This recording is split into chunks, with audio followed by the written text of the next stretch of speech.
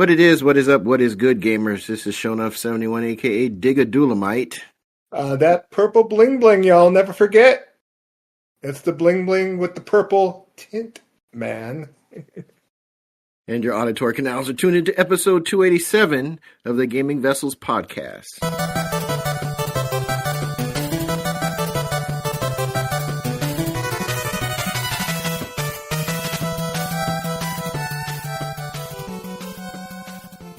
And as usual, I'm not in the digital studio alone. Along with me, I got my partners in crime.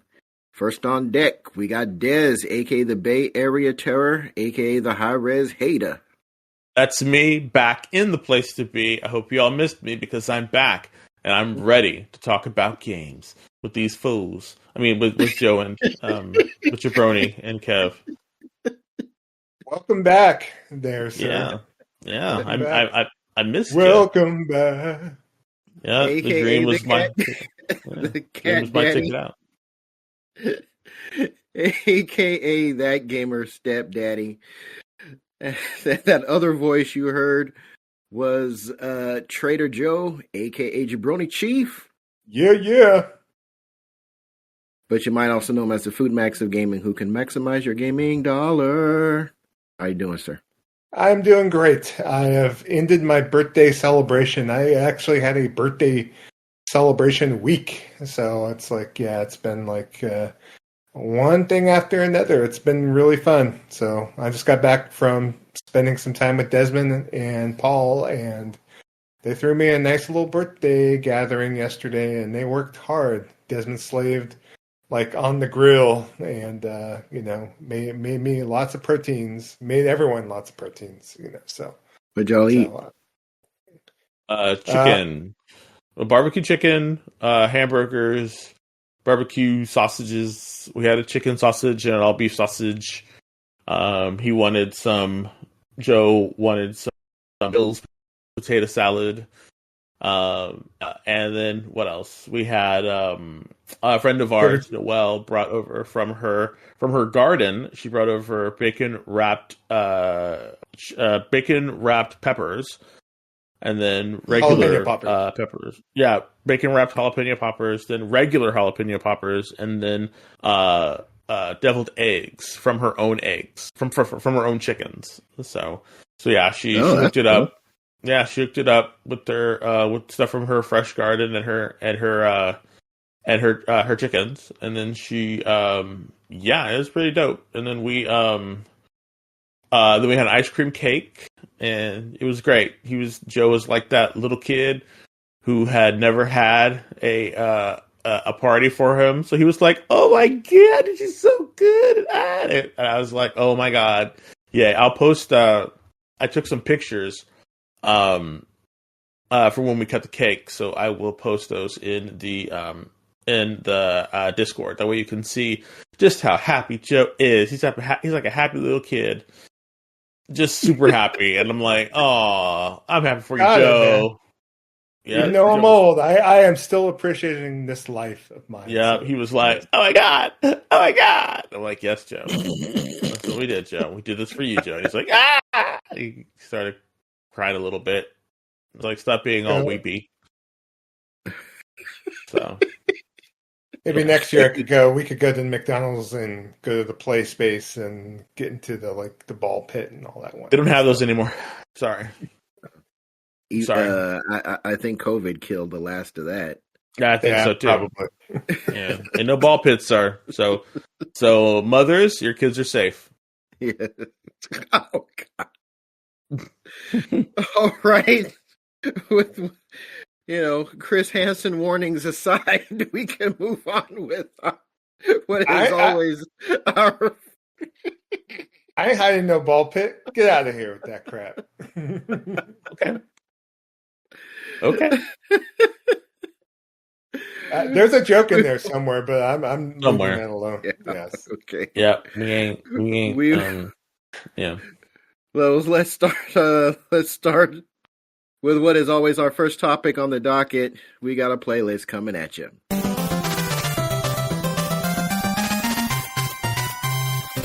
So, since you've been gone, sir, let's kick things off with Dez. What you been up to the last couple weeks? So for the last couple of weeks, I it's been kind of interesting. I haven't done anything as far as with games.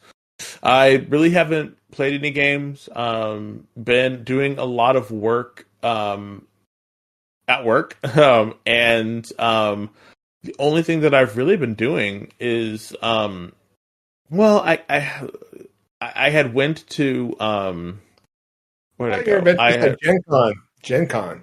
Yeah, so I went to Gen Con, and that was fun. Definitely had a great time at Gen Con in Indy. Yeah, that's what I was going to say, Joe. I went to Gen Con. That was really the big caveat of stuff that I did was Paul and I went to Gen Con and played a bunch of. So Gen Cons, for those who don't know, is in Indianapolis, Indiana, and it's the largest gaming convention. When I say gaming convention, I'm talking about board games, card games, collectible card games. So you're playing, board games like what's a really popular board game that people play nowadays? So you're playing like D&D. There's role playing games there. You're playing if you ever have like a game. Yeah, Ticket to Ride and stuff like that, Seven Wonders and stuff like that. So you're definitely playing those type of games, and people are it's crazy because you go there and it's in the convention center, and you go in and it's the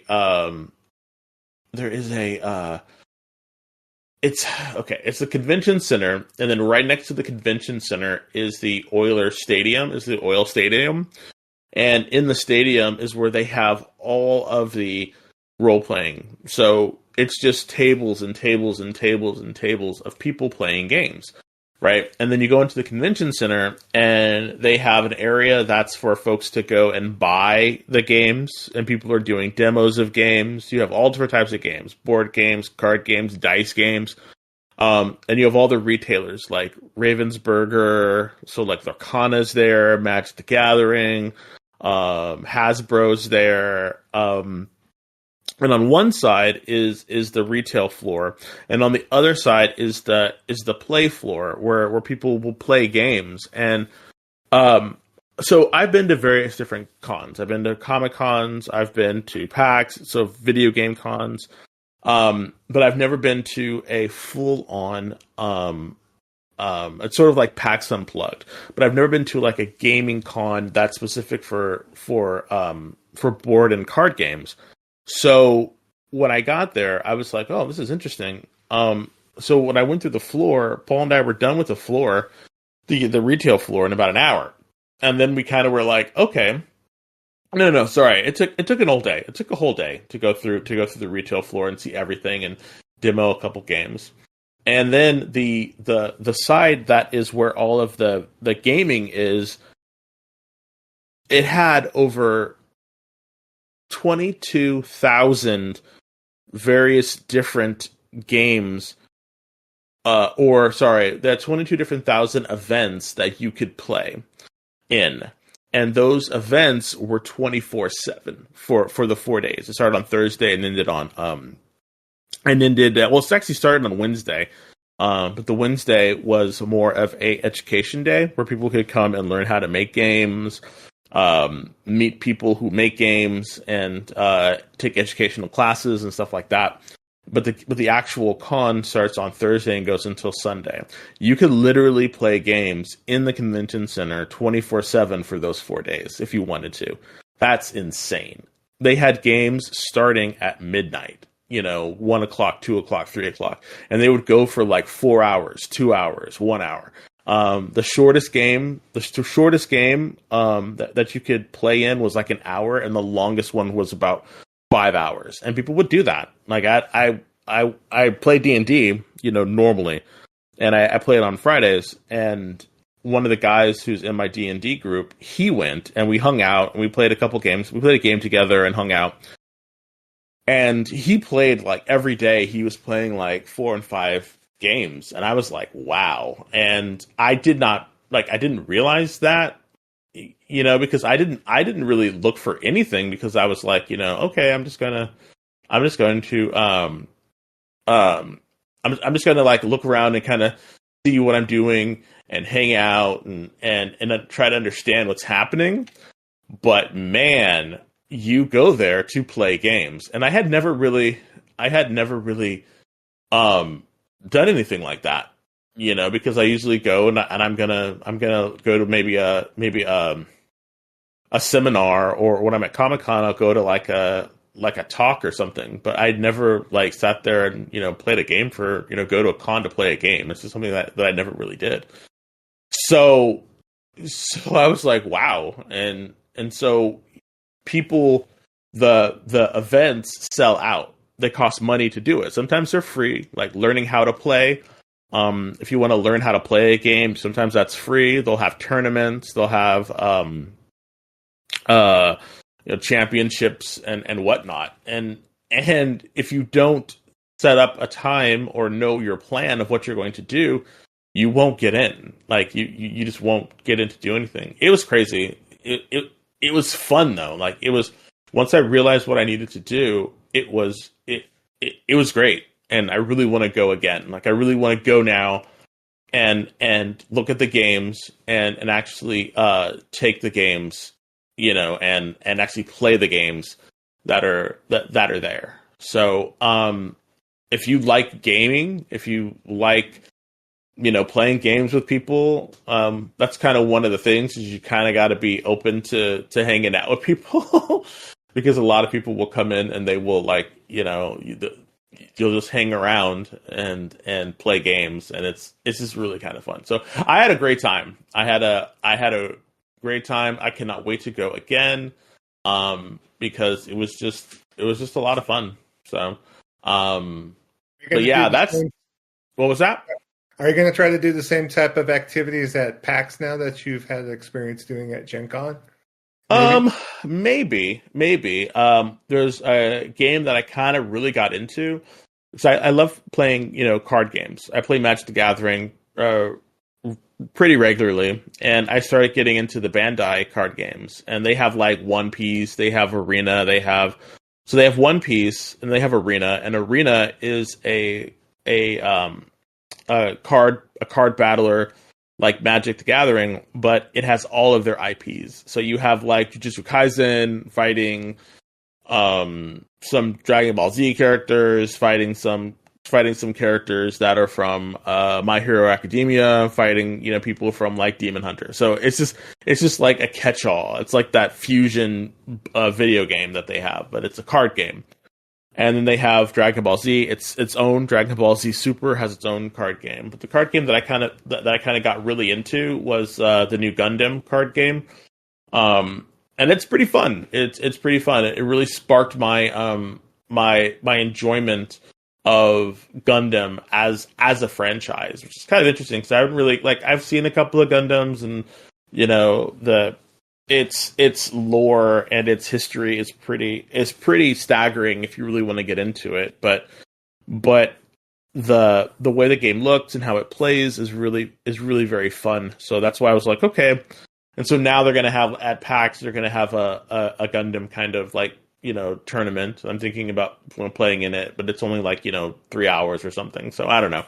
Maybe, but I'll definitely let you know, Joe. That way you won't be completely by yourself, walking around oh no, I'm by myself. What's Desmond doing? Oh, so.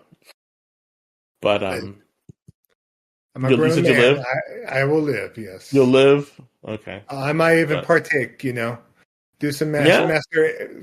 Try to find the cards with Master Asia and They haven't brought in anything from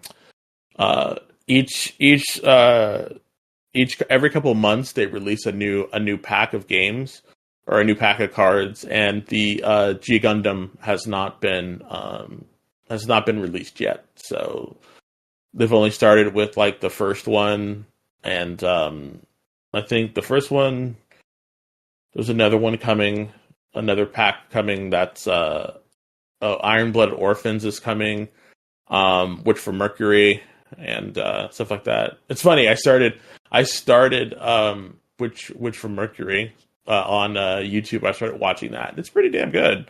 It's just weird. When you start watching Gundam, you can't. It's very hard to to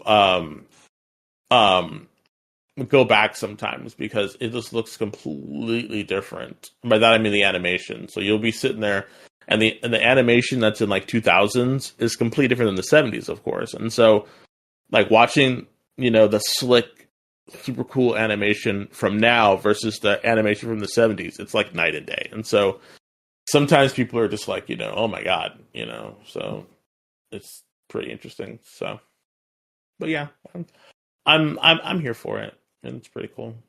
So, but yeah, that's cool. That's cool. Yeah, that's really honestly what I've been doing most of the time. It's just kind of like working. We did at work. I put on we did a year-long planning for an event, like a worldwide event for like a transit thing that I did, and I worked pretty hard on it, and we got accommodations. We got congratulated by our board of directors and everything, and I got this plaque. So that was really kind of cool. So yeah, so work's been going pretty good, and so I don't know. It's just been going really well. So I'm just very happy to be back talking about games though, because it's I missed y'all. So that's all that's been going on with me. I can't wait to get back to playing games though, because I have been remiss. Like I've been really wanting to play games, so I'm excited. But that's all. That's me. All right, Jabroni, what you been up to, man? This last week, maybe a week and a half since we last recorded, I was just like I said, celebrating my birthday. So between going to Desmond's this weekend, hanging out with Nick and Dom and my friend Amy and other things, that's pretty much. I took the entire week off of work too, and took the time to just kind of chill, not even have to worry about checking in with work, and so on and so forth. So that's pretty much been it. As far as gaming is concerned, I mean, I've been playing a ton of Dragon Quest XI still. So it was kind of funny. I was commenting to Desmond about it, telling him that I pretty much got stuck in the Dragon Quest XI casino for a couple of days straight. So it's like, yeah, he was like, "Oh my god, I got the monkey on my back. Help me!" And I'm like, "Sir, just put the game down and stop gambling." He's like, "I can't. Yeah, it's calling me."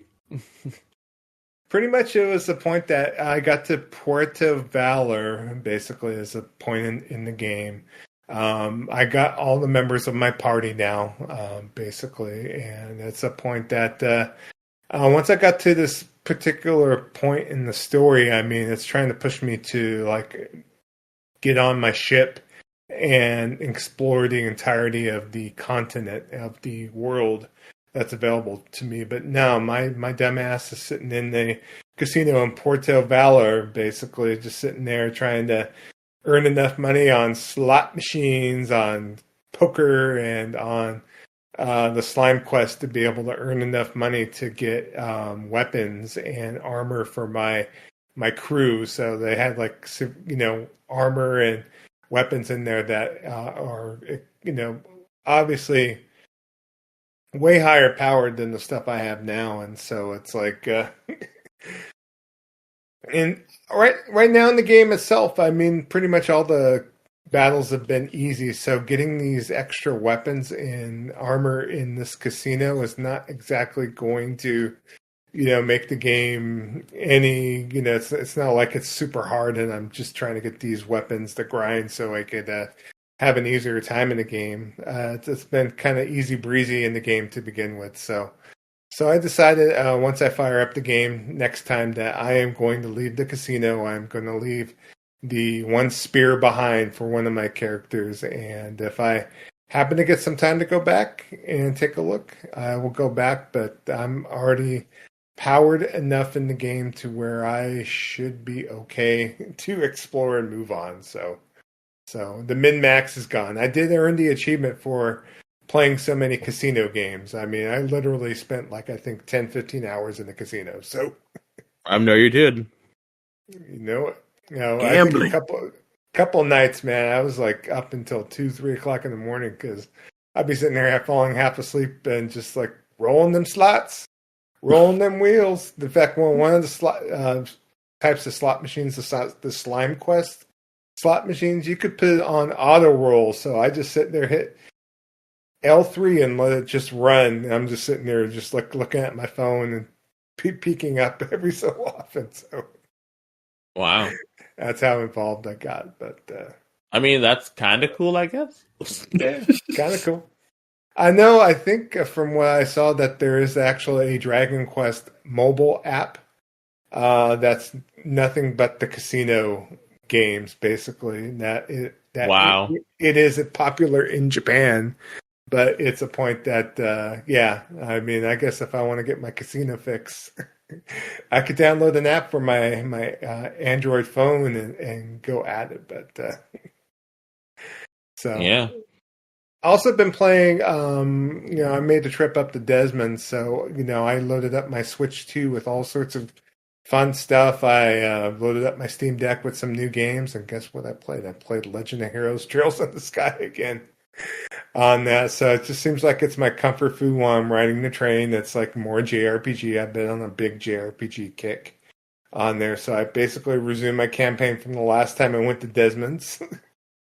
I'm back when we went to go see the couple Giants games back in June. So pretty much knew where I was at. I didn't forget where I left off. So I'm, even though Legend of Heroes Trails in the Sky is getting a remake that's coming out for Switch 2 and PS5, just for the simple fact that the two sequels are still on Steam and probably going to take years to remake to bring out for those platforms, I'm still going to push through with my Steam playthrough of this game because I'm going to try to also not to just play it during my traveling and my trips. I'm going to actually make a concerted effort to fire up my Steam Deck and or play it on my PC and play it outside of my normal train traveling. So, but I did fire another game up on my Steam Deck too. I finally loaded it. It was kind of mentioned, and we'll talk about it in news in the Nintendo Indie World Direct, but I finally checked out UFO 50 a little bit. So if you're not aware what UFO 50 was or what type of game it is, it's basically made out of this particular. It's like all fictional lore about this old game console called the UFO 50, basically, and that there's lost cartridges for this particular fictional game console. And so basically what happened is that the guy that made Spelunky, Derek Wu, pretty much got together and did a kind of a jam project. And what they did is that they made all this fictional lore about this old 8-bit video game system, including the year of its introduction and its further years and what games came out for it and so on and so forth. If it was an actual true blue game system, NES era game system. And so they basically just went in and made a bunch of games. And imagine if you bought one game that had 50 separate NES style games included in the collection. That could be full blown RPGs, full blown action platformers, so on and so forth. And there's a concurrent story going behind the scenes about all these games and the story of this fictional game console. So I think it's kind of cool. I played a couple of the games in the collection, and I'm kind of curious as far as to checking out the rest and checking out some of the scripted lore in the game and that kind of thing, because it's kind of funny to take a look at, at least back then at the 8-bit, 16-bit era, the whole the mystery of certain games coming out and the fact that, just things were different back then. I think all of you guys can attest to that as far as, everything wasn't on the internet and so on and so forth. So it's just imagine 50 separate NES style adventure games, platform games, and they're all new games that you could play and go back and forth and play. So I'm definitely gonna play it some more and kind of talk more about individual games in the collection. Kind of go from there. It is getting a physical release. It did get shadow dropped for the Switch, and so it's out for the Switch now. And there's a physical release that's being released by Fangamer coming up in the fall. So And then on my way back from Desmond's today, actually, I fired up and checked out a demo on the Switch 2, a game called The Adventures of Elliot on here. So this is a HD 2D RPG, but this is the first HD 2D action RPG that Square Enix is working on. So this demo is just basically kind of a taste of the game that's coming out in 2026 on there, and they kind of brought it out like they did with Octopath Traveler and some other games, Triangle Strategy, where they're releasing it way ahead of time, and they're going to use some of the user feedback to kind of go back in and help with the development of the game. And so, and what's kind of different from Adventures of Elliot from the other games that they released in this fashion, that this is an action RPG. So there's some elements of like Legend of Zelda. There's some elements of Ys, and also some like kind of similarities to maybe a Mana game as well. So it plays super slick. The combat's really nice in the game. So if you do kind of like a Zelda-esque type action RPG, but with maybe a little bit more oomph to the combat, I would definitely recommend checking this out, especially knowing that there is a 2D HD action RPG in the style.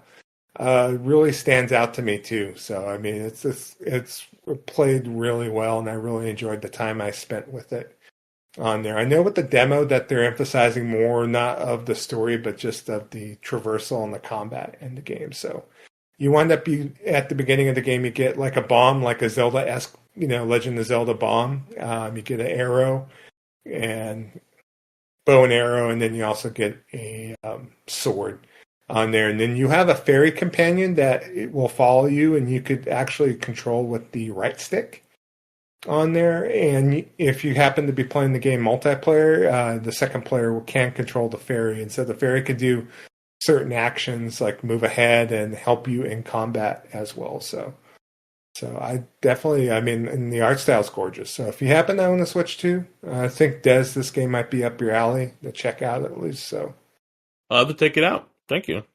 Yeah, for sure. So, but that's pretty much what I've been up to these last couple weeks on there. So, Kev, why don't you give us a little bit of a heads up of what happened at EVO 2025 for you and EJ?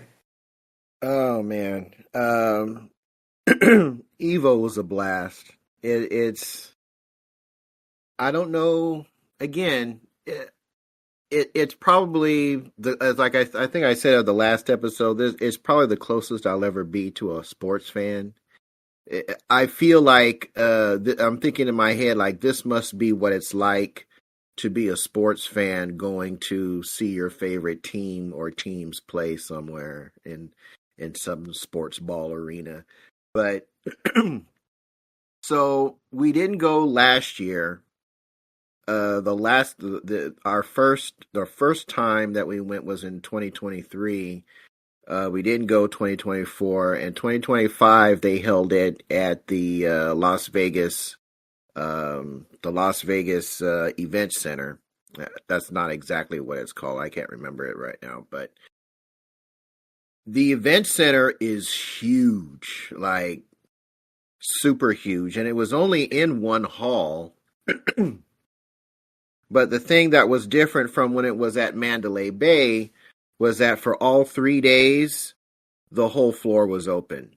The floor really didn't close until well into the finals event. So, in a way, I kind of disliked it because it kind of took away like part of the like hype of the finals. Primarily because, like, they were giving away crazy prizes at the other stage, because the third day, and I'm kind of going in reverse order here. The third day, Sunday night, you had the main stage, which was open. All of the other stations, like where they do pools, were converted to bring your own controller stations. So you had a whole bunch of people playing there. They had the Voodoo Arcade, which was open. So you had a whole bunch of people playing there.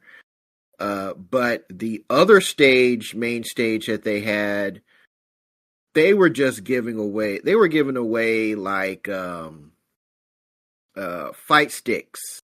They were giving away leverless controllers. I think just about every controller vendor that was there was giving away stuff. And the way you won, they had Maximilian Dude, they had Justin Wong, they had a couple other people who are big in the FGC. I think I was just about to say his name, but I completely forget. They had what's his good Mike Man Milkman. I'm saying that I'm getting his name wrong. Markman, yeah. So you would come up to the stage if they chose you, and like that area was packed, and you would play rock paper scissors. You would play rock paper scissors on the stage with one of them. So if you won, you got like the uber duper prize, and if you lost, you got like some type of consolation. They were giving away PlayStation 5 Pros. They were giving away fight sticks. They were giving away custom fight sticks. They were giving away those end zone monitors. I'm down, Joe. That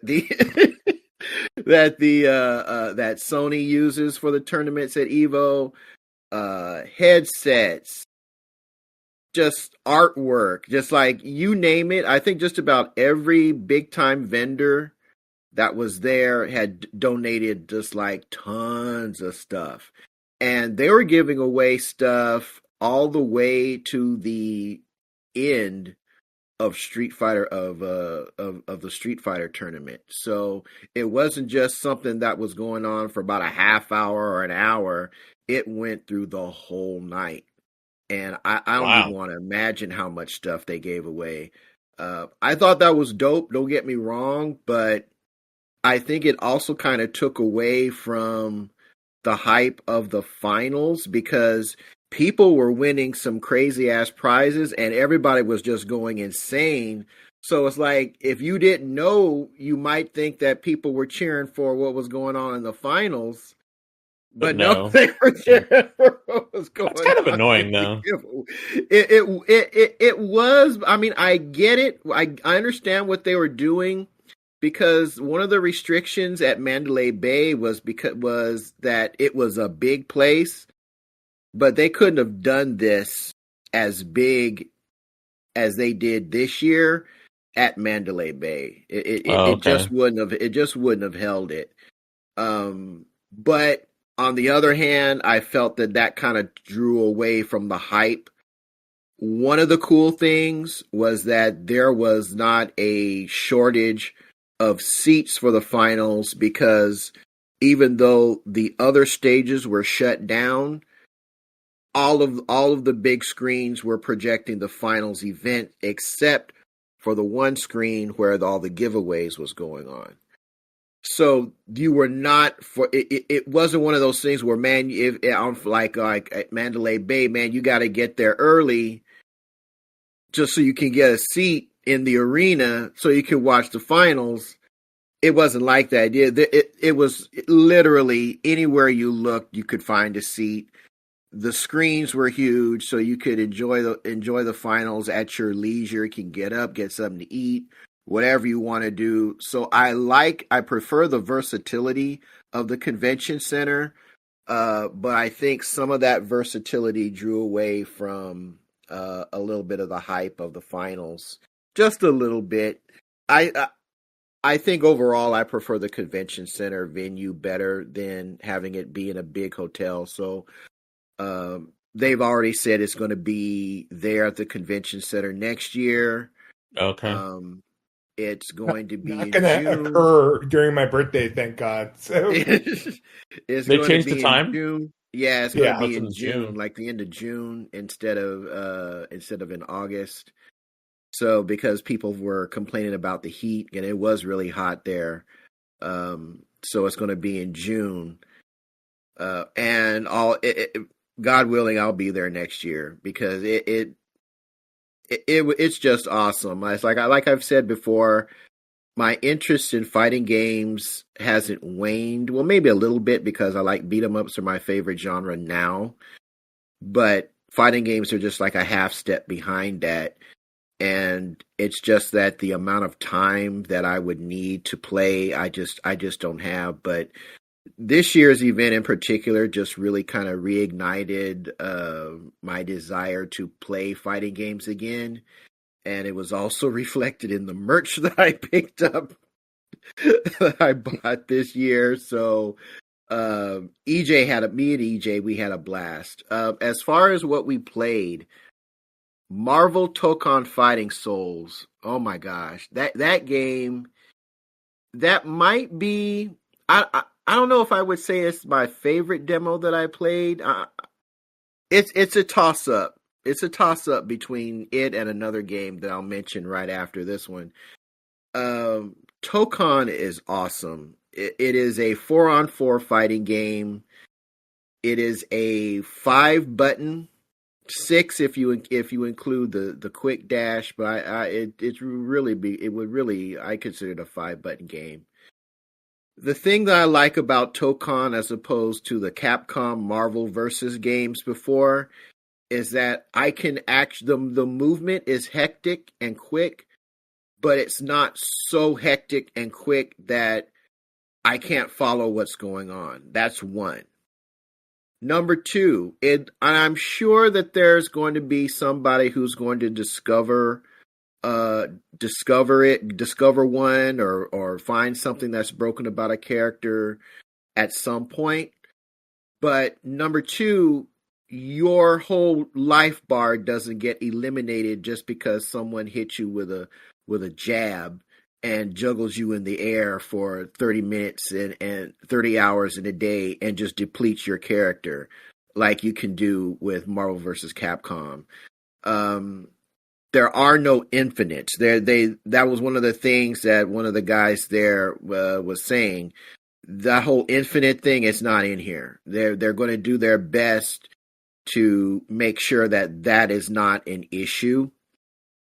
And based on what I played, and I'm not saying I'm not the world's greatest player. I'm sure somebody at some point is going to uncover an infinite somewhere. But that's not what they're aiming for. The art style, anime done by Arc System Works. These folks they have the best graphics engine in the fighting game industry. I think it should be a global law that they should do the fighting game engines for every fighting game on the market. Their artwork and their animation prowess in 2D is unmatched. And it is definitely reflected in this game. The available characters was Storm, Doctor Doom, Star-Lord, Captain America, Iron Man, and Ms. Marvel. Unfortunately, Ghost Rider and Spider-Man were not playable, but I think they're aiming to have Spider-Man and Ghost Rider playable in the closed beta that they're bringing out shortly. They didn't make any guarantees for that, but I think that was one of the goals. Combat is really cool. Everything is meter based, so your specials and your supers depend on meter, and you start each round with 0 meter, and your team shares 1 life bar, so you have to keep that in mind as well. So when one character gets KO'd, another one's not going to swap in. That's the end of the round. So I understand why they did that, because you've got 4 characters on each team. Your matches are going to be hella long if each character has their own health bar.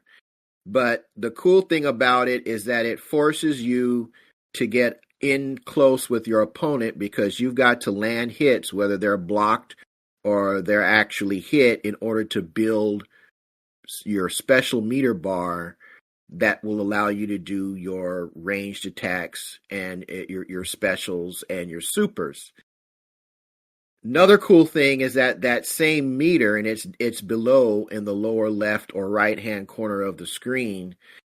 As it builds, it also activates your assemble function or your assemble attack.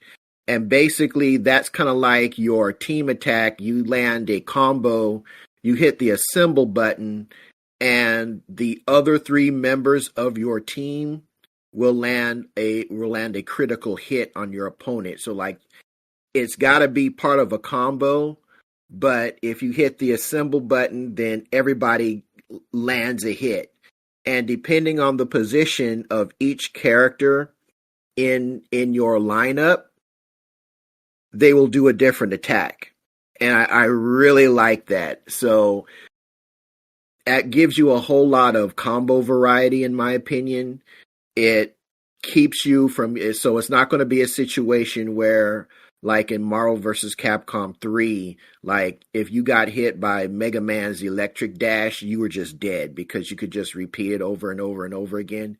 You can't do that in this game. So there's no spamming projectiles and anything that is a special move in this game. You can't do that. And I really like that. It's very simple mechanics. Because I have old man brain, I kept forgetting where my assemble button and because you hold down the assemble to swap in a teammate, and the swaps are directional. So it's like you hold the assemble button and you hold left. That's going to be that'll be one character. You hold down. That'll swap in another, or tap down rather, while you're holding the assemble button. That'll bring in another character. Or your third, if you were while holding assemble, you hit left or right, depending on which side of the screen you are. That's going to bring in a different character. So I kept forgetting that. So I was like, man, I'm trying to bring in another part of my team, and I would screw that up because I have old man brain. But it's for me anyway, when I'm playing, I can't just jump into a fighting game. I need to get into the lab and work and learn the mechanics. I'm at that age now where if I don't do that, it's like I'm just hitting buttons, which is basically what I was doing the whole time for all the demos I played. But Tokon was absolutely awesome. I already kind of, based on the characters that were present, I know what my team is. Ideally, my team is going to be Spidey, Ghost Rider, and probably either Storm or Ms. Marvel. Ms. Marvel is freaking fantastic to play. It's like her extendable, or her stretchy Reed Richards like arm functions. They play in a really cool. It's a really cool part of her keep away game. Like you can grab people and pull them to you, or you can punch people away. And her mix up game is insane in Tokon. They really did a great job with her. And they made her really interesting, and she's going to be part of. Probably going to be part of one of the teams that I play in that game. So can't wait for Tokon. While we were there, and by the way, and me and EJ, I lost track of how many times we played that game. I know for sure we got, because we played like 2 or 3 times the first day. We played like 4 or 5 times the second day. And then we went back. We went back on Sunday, and we got in a good 2 or 3 on Sunday. And it's like we're like, and we had to stand in some long lines. But Tokon is worth it. It is a versus game that I can get into, and for me that's saying a lot. Now the other game that I played that I wasn't expecting to like as much as I do, I like it almost as much, as Tokon. EJ likes it more than Tokon, primarily because he's not really a comic books guy, is 2XKO. 2XKO is freaking unbelievable. If anybody would have told me that I would be hyped for a fighting game based on League of Legends characters, which I know nothing about, I said they were crazy. But this They've been working on that game for such a long time, so it's kind of crazy. Yeah. It's like I don't know anything about League of Legends. I don't know nothing about the lore. I don't know nothing about these people. Some of them look weird. Some of them look goofy. Some of them look cool. But this game is freaking amazing. And the neat thing about it is that it's a 2-on-2. It's a 2-on-2 fighting game. It can either be like a tag fighter where it's you versus another opponent. You both have a team of two, and you just kind of tag them in, like you do regular. Or it can be a 2-on-2 fight where it's two people versus two people, each person in charge of an individual character. That was the setup that they had at the Evo demo, and that was a crap ton of fun. The neat thing about 2XKO, they took the tag, function or the tag ability that you find in like Marvel vs. Capcom used to have, and they really expanded on it. Like when you select your character, you can do like one of, what is it, 5. It's one of 5 functions for your tag. You can do the double down, which is like you can do combo attacks, combo supers. Like when you land your super, you can if you're playing solo or with your partner while you're executing your super, they can execute theirs and you get double the damage. They have a thing where it's called freestyle, which they incorporate the taunt with the tag. I didn't do that because I thought that was I saw a couple of people doing it. It's bonkers because when you tag, while if like let's say you and Dez were playing as a team, and Joe, if your character was on screen and you execute a taunt and then bring Dez in, you will both be on the screen for a set amount of time, being able to do your moves together in tandem, but each of you in control of your individual character. So I thought that was wild. It kind of reminded me of the Street Fighter Alpha. I can't remember if it was I think it was in the home version of the original Street Fighter Alpha, where you could like fight either Bison or some other character, and it would be like a 2-on-1 thing. It's kind of like that. I saw a couple of people using that function. It was kind of bonkers because there was a whole lot of mix-up going in there. Then you have what they call the sidekick, which is, what was it? You can only bring and that's only available in the solo play. You can bring your second character in like a traditional versus game. They had another one, Juggernaut, and what was that one? Oh yeah, that one was kind of like what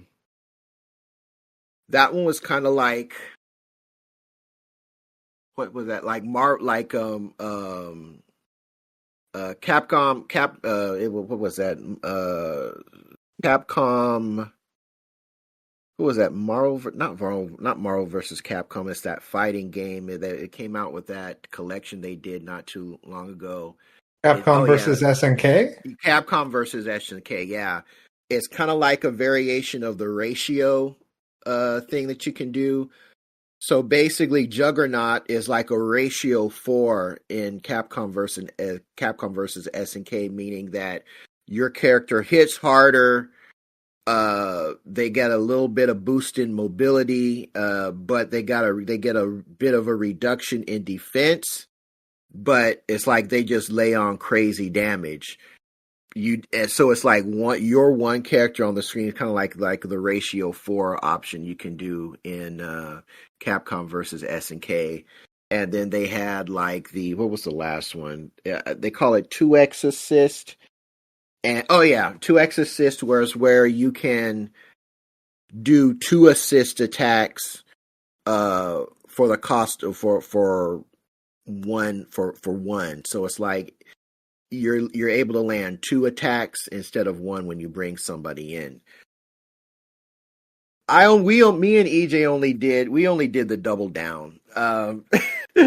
And man, that game is just wild. I know the characters that I was interested in. They have this boxer she was the newest character that they introduced.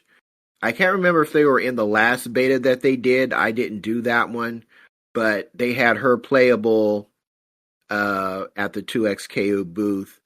She has these big old huge gauntlets, and they call her the boxer, but to me she's more like a brawler because she just hits you with these waymakers. She's got rekkas.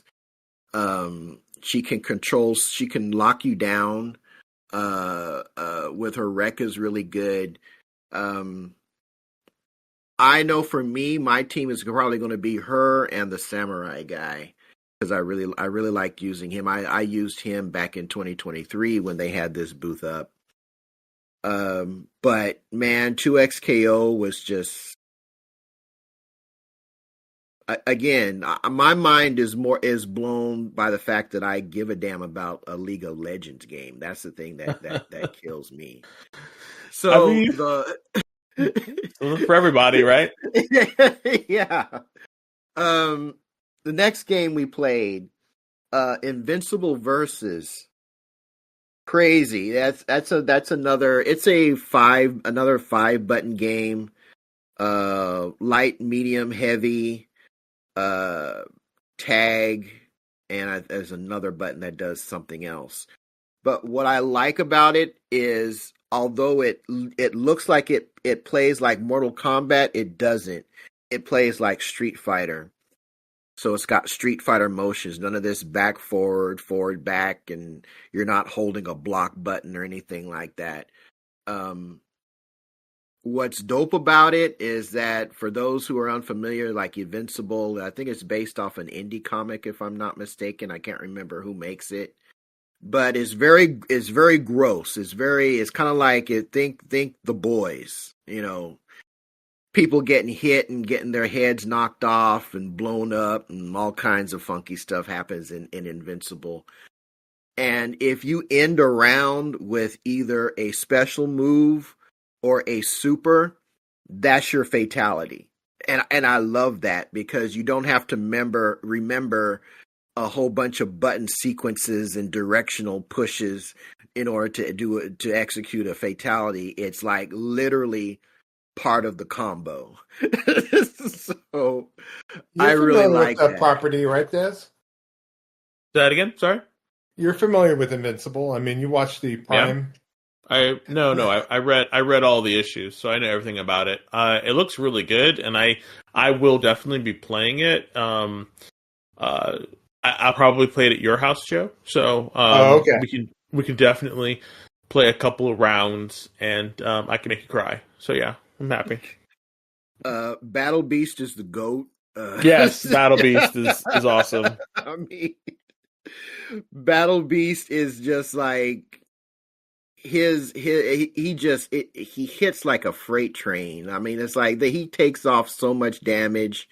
It's crazy. Even his chip damage is wild. I don't know if they're going to. I don't know if they're going to nerf that by the time the game initially releases. But I was using Battle Beast and Bulletproof. I like that combo because like they had Bulletproof was really good in the air, so he was really good at landing air combos. The only thing I really didn't like about him is he had like kind of like a funky projectile that was kind of like Rolento's knife throw. But once you kind of got the hang of him, you were able to like land all kinds of crazy stuff. EJ was using who was he? He was using Mark. He used Mark and Adam Eve, and I think he used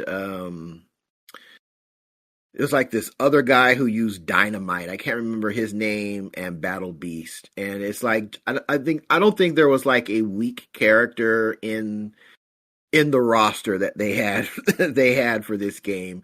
While we were there, they announced that Omni-Man was going to be part of the main roster, so that was cool. He was not playable at EVO, but he's going to be part of the main roster when the game launches. So yeah, we played those. Those were like the main games that we played at EVO. We hit Invincible like 2 times. We didn't hit it nearly as much as 2XKO or Marvel Tokon, but we hit it a couple of times, and we were both like, yeah, we're getting this game when it drops. And the last game we played, believe it or not, was Demon Slayer, the Hirabashi Chronicles 2. I think I bought Hirabashi Chronicles 1. I didn't like it because and at the end of the day, it's another arena fighter. But 2 is like a refined Ninja Storm, particularly Ninja Storm 2. It's like that. It's like there's not a whole lot of, there's no lag. You can actually land hits, and it's not just like a spam fest. So I really dug that. And actually, when I got home, I picked it up. So because I played when I played it at EVO, they had a booth up there for that. We messed around with that. At the end of the day, if you're not into arena fighters, it's not going to change your mind. But it's so well refined from a gameplay perspective that to me, it was worth the purchase. I guess in retrospect, I probably should have waited until Black Friday, because I'm sure it's going to be one of those games that's going to be on sale. But I went on ahead, and Captain Impulse went on and grabbed it after I got home. But it's a fun game. I haven't played it yet because I haven't played anything, but awesome game. And they had like most of the roster unlocked from the first, second, and the Mugen Train movie. So they had all those characters. The first 2 seasons of Mugen Train characters, they had those unlocked. So it was awesome. Very, very cool game if you're into arena fighters. So the last thing I'll mention is the merch. I spent way too much money. It's merch. I'm the same way. Yeah. It is what it is. Shirts. I bought a whole bunch of shirts. There was this company, I can't remember the name of this company. It was the same people. It was the Terry shirt that I got for you, Joe. I can't remember the name of the company, but they do these really high quality prints on a really high quality shirt. And they had a Dudley shirt that was really dope, so I grabbed that. I grabbed a Rock Howard. I grabbed a Kyo Kusanagi for Damon. And I think I grabbed another Cherry shirt for myself. So I had no intentions of buying that many shirts. Then there was another company that had Juness department store shirts. For those who are familiar with Persona Golden,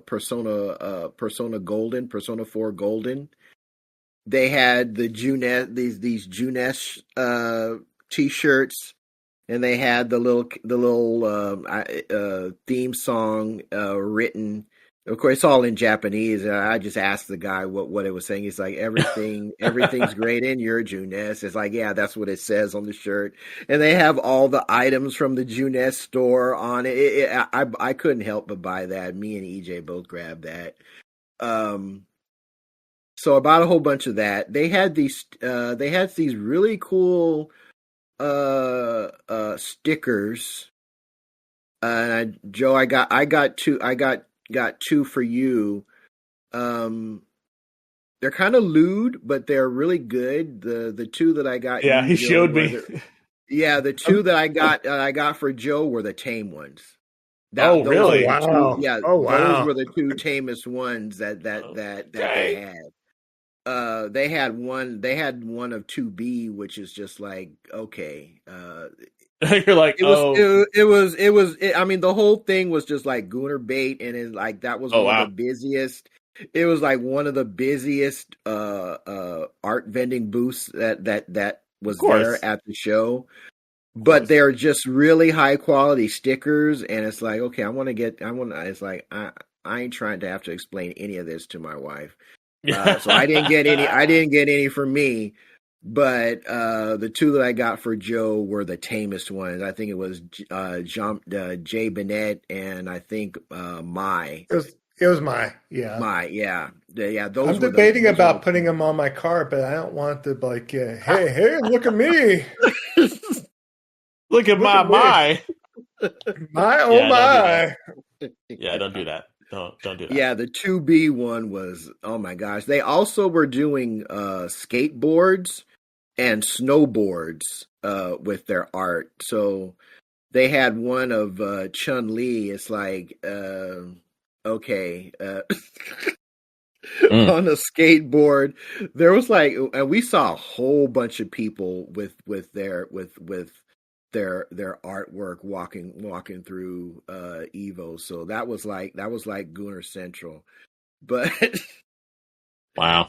Just like really, but there was like a whole bunch of other stuff there. Of course I can't leave an Evo without buying a controller, because all of the controller companies are there for the most part. Victrix was doing free laser engraving on all of their products that awesome. All of their products that have an aluminum case. EJ bought a Victrix Pro because he has converted to leverless, just like me. And so he bought one. Actually, I bought one too because it was one of the controllers I wanted to get. The neat thing about the Victrix is that it has a standard button layout, but it has spaces to add, I think it's like 3 or 4 additional function buttons. It comes with the extra buttons, it comes with the extra switches, and it also comes with a switch puller. So you don't have to buy any of that extra stuff yourself.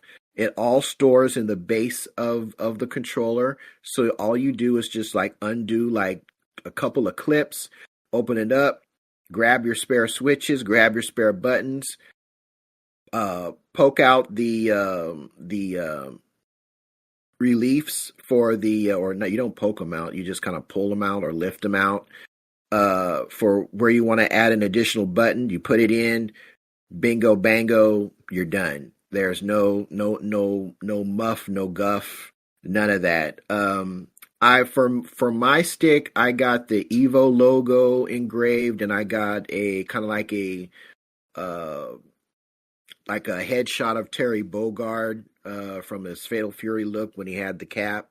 That one didn't turn out as well as I hoped, but EJ got one of Joker's cap that turned out really well. So he got that engraved on his stick. The other controller that I got was from Junk Food Arcade.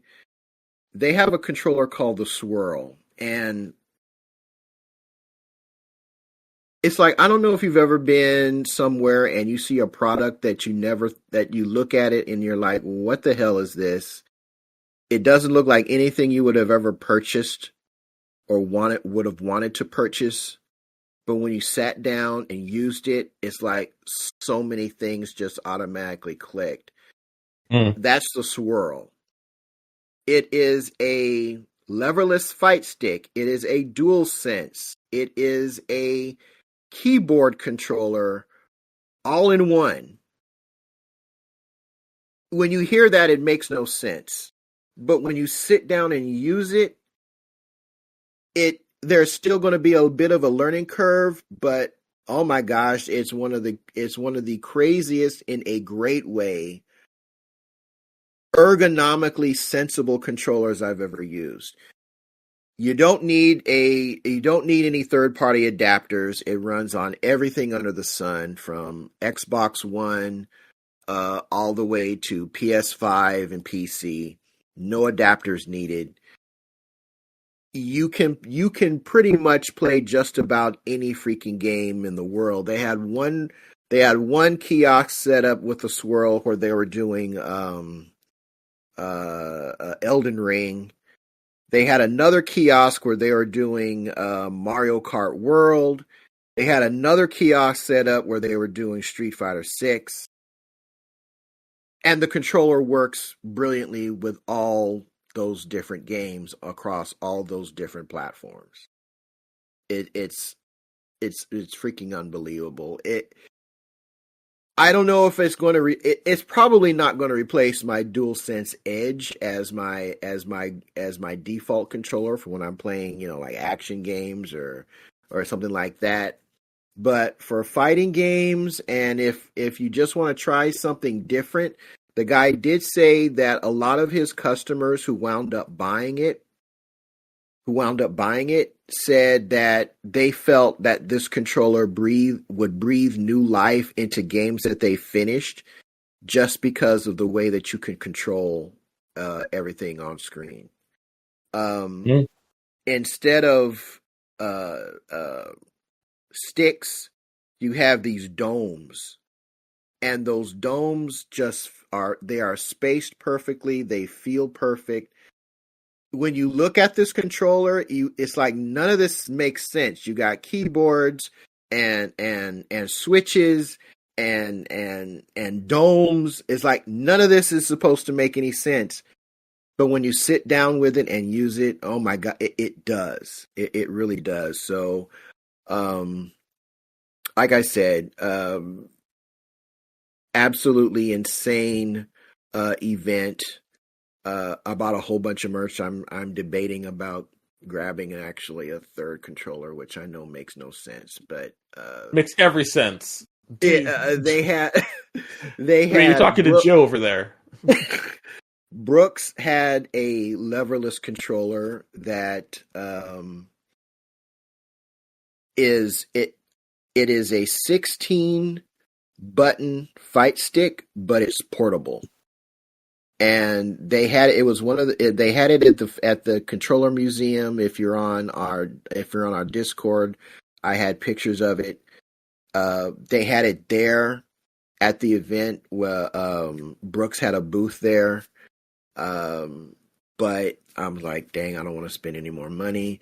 But what's cool about it is that it comes with a magnetic case that's attached that you can adjust. So if you want to keep your hands lifted up, you can have your hands lifted up. If you want them relaxed horizontally, you can do that. If you like to have your hands droop, you can have them droop. And that stand is 100% adjustable, and it's attached right on it. And it's portable. It's bigger than like, say, junk food snack box, but it's still something that you can, if you have like khaki shorts with extra big pockets, you can stick that thing in there and carry it around. It also has sling points on the case, so it comes with a sling, so you can just sling it over your shoulder when you're taking it somewhere. And the reason I want to get it is because for the next time, because they had so many bring your own controller stations. I'm going to want to be able to take part in that. The only reason that we didn't do it this year was because there were so many demos that me and EJ wanted to get in and play, and we both fell in love with 2XKO and and Marvel Tokon and also even Invincible Versus that we just didn't work in time to, because he brought his controller. He's got a Hate 42 that's really cool, that runs on it, that plays on, they can play on everything, but he needs a Brooks, and I think he had that with him, but we didn't get to do any of the bring your own controller stuff because we were just having too much fun at the booths. But in a wrap up after this long discussion, I just have to say that if you even have like a casual interest in fighting games, I think Evo is worth going to. Their arcade was there. When I think of arcades, I think of like stuff that hits me in the nostalgia bone. Their arcades didn't do that, but they had a whole bunch of really neat like Japanese arcade games. I didn't think that they were really all that playable because it's in Japanese, and a lot of them, they wanted you to do things. There was some of those, like rub against the edge of this big disc globe shaped thing. It's like, well, everything's in Japanese. I don't know what I'm supposed to do. They had a lot of dance stuff, dance machines there.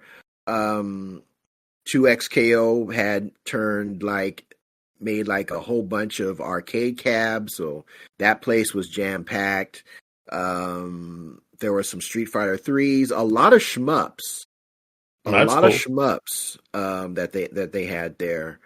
I don't ask me what they were because they were all in Japanese, so I'm not sure. I know for sure there was a variant of the 1940 XX there. I saw that, but the whole event is just a freaking blast. So for as long as I'm able and when I am able, I am going to be making Evo part of my annual vacation trip. We wound up driving because we kind of turned it into a business trip. Me and EJ were enjoying Evo. My wife was sourcing for our reselling. So we get to write this trip off. That's awesome. In our taxes. Oh, yeah. But really? I think next time, I'm gonna fly, because that drive from Fresno to Vegas is not the most exciting thing in the world. It's a bit much. Yeah. And it's 6 hours. Yeah. So I'd rather just fly there and get there. But that's what I've been up to. I haven't played anything since I've been home. Today I built a photo studio for the clothes that I have. So I've been doing that and working on my business, and that's really all I have been up to these past couple of weeks. So that said, we are going to kick things over to our next topic on the docket. That's going to be the main event.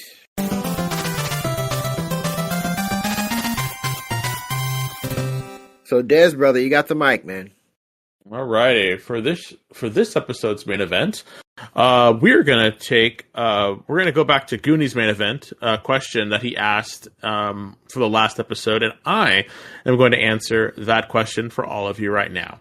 So Goonie's question was: now that we're past the halfway point of 2025, what gaming related experience have you enjoyed the most? It doesn't have to be a specific game. It could be a con you got to go to, a specific moment, playing with friends, etc. So for me in 2025, I'd have to say number one is going to Gen Con and actually experiencing that. If you don't know, and I've said this before, I'm a huge board and card game, dice game.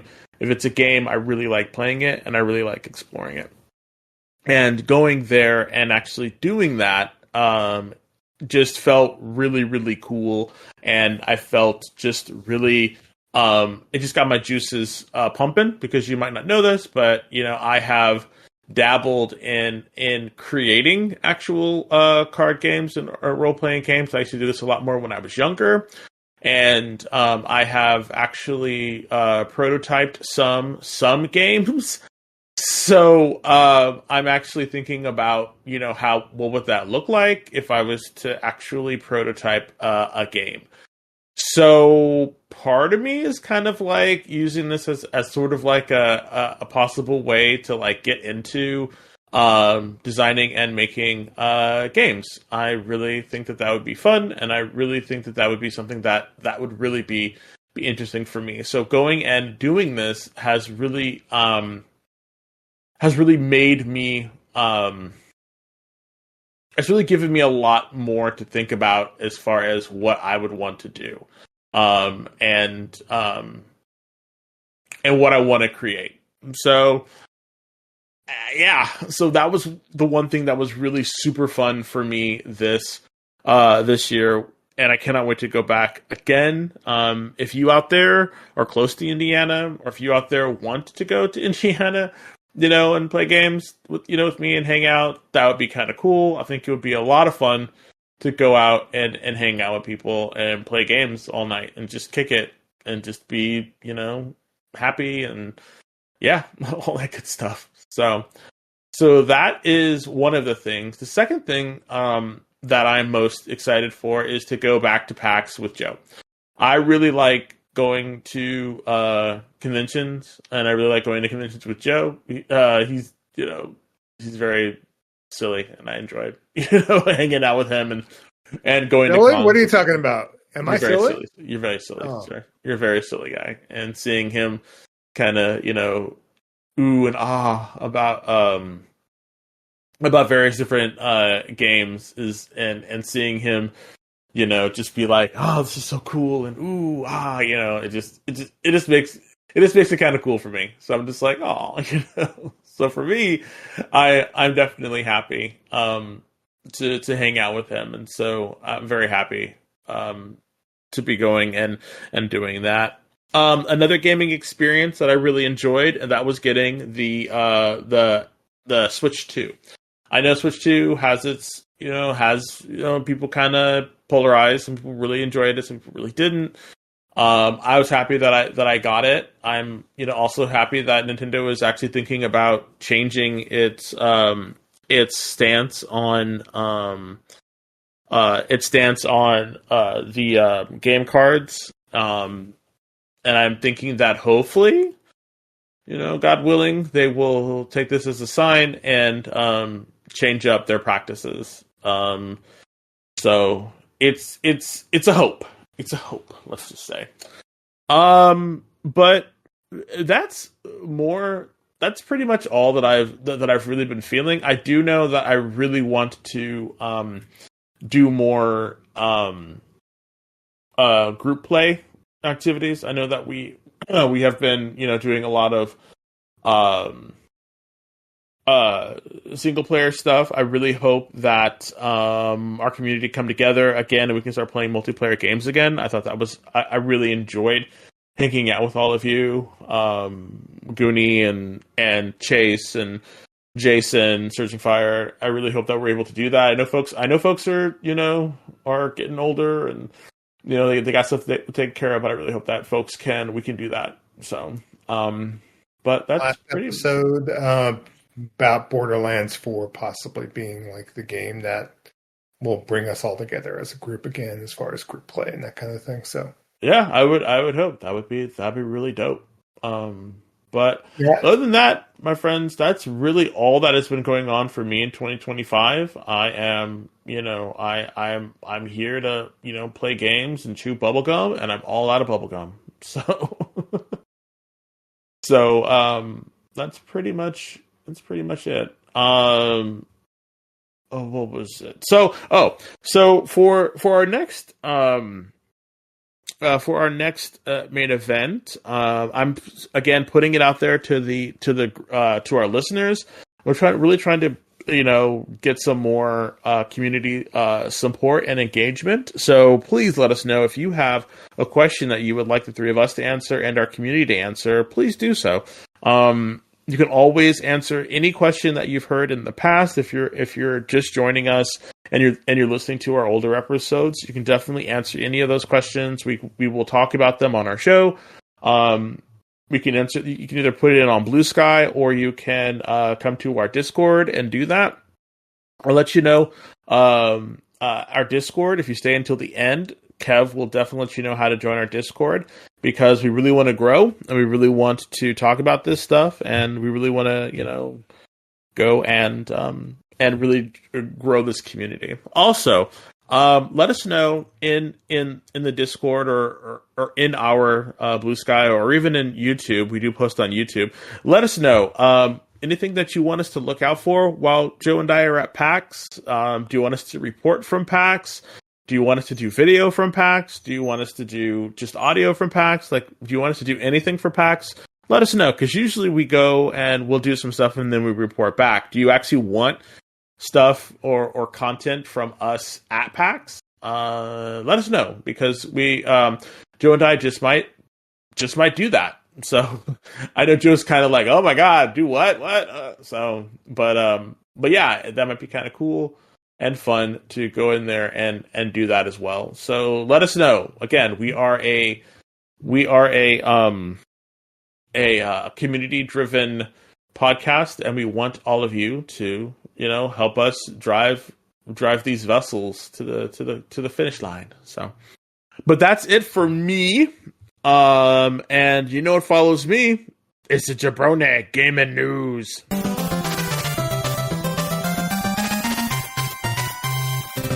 Thank you, Des. You're welcome, sir. All right, first thing we want to talk about. There was some showcases since we last recorded, so let's talk about each of them. So first off, we're going to lead off with the most recent one, which was the Nintendo Indie World Showcase. So I'm not going to hit on everything that was announced, kind of things that kind of I felt were the highlights of the event. And so first thing is that we got a release date trailer for Mina the Hollower. So this is the game from Yacht Club. Basically, this is like the kind of the mouse that it's inspired by Game Boy Color, especially with the Zelda games on Game Boy Color. And so they also shadow dropped a demo, a limited time demo, that's available both on Switch and Switch 2 up until August the 21st.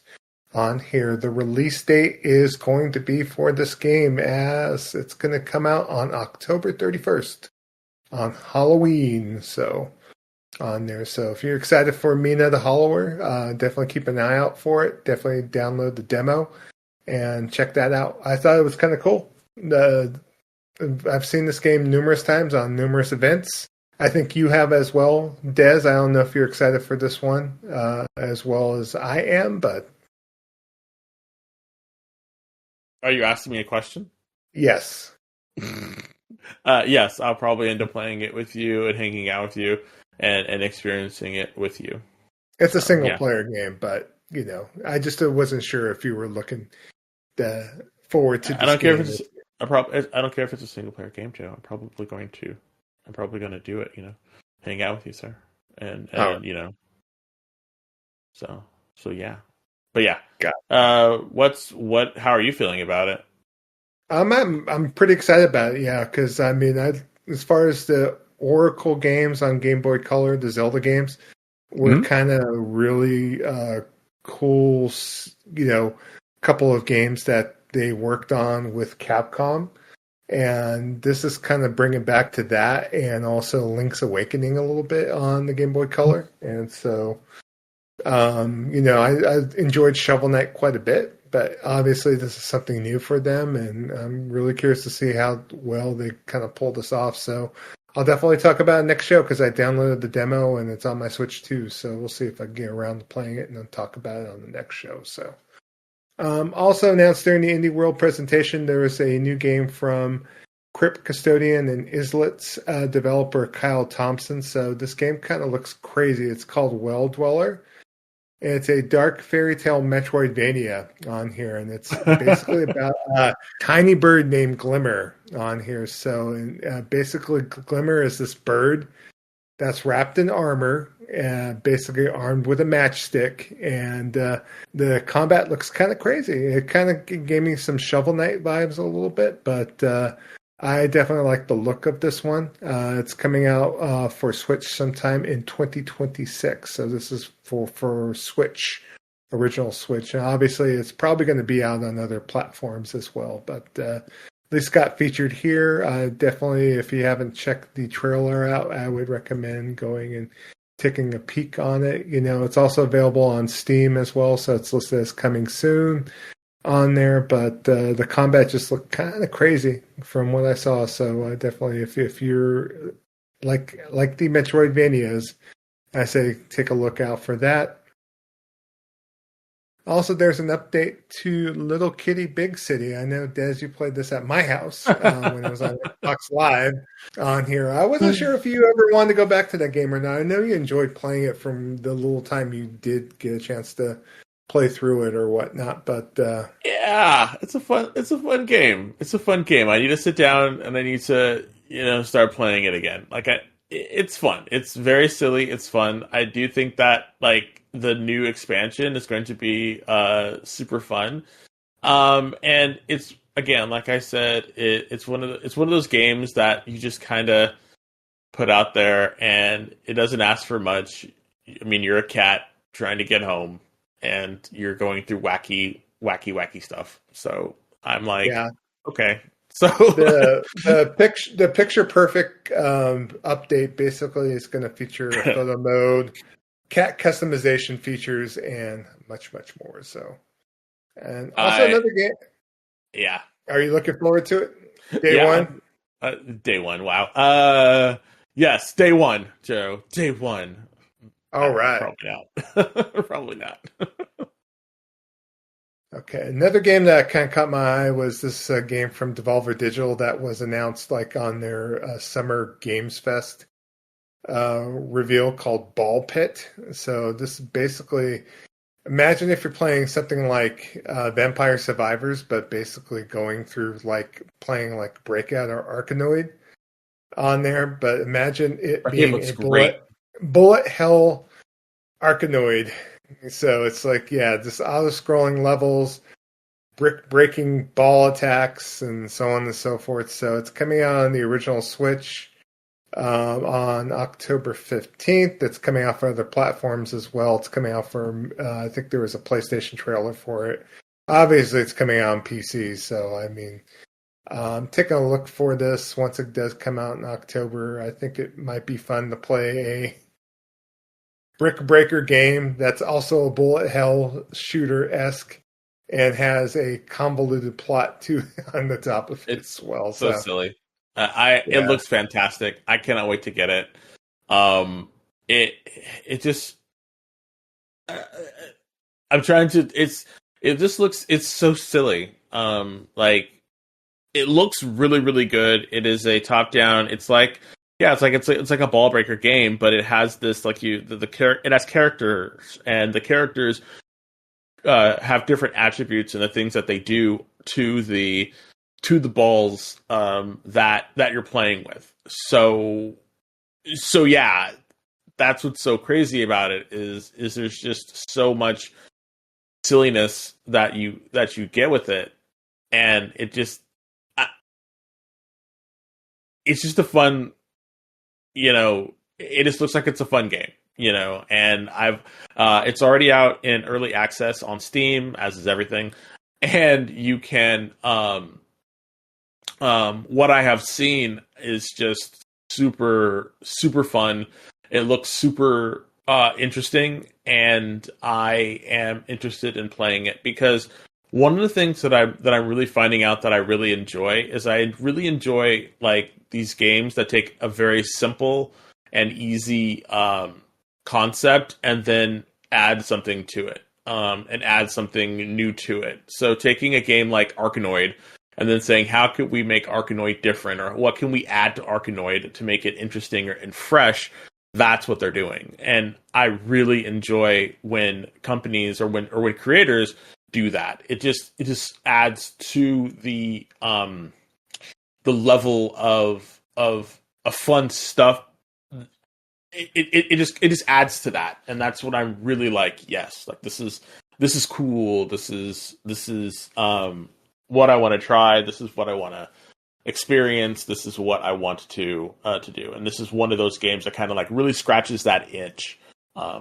So if you're really into like indie games and you're really into like just Arkanoid or fun stuff like that, definitely check it out. So that's my that is my Desmond review. There you go, bing bing.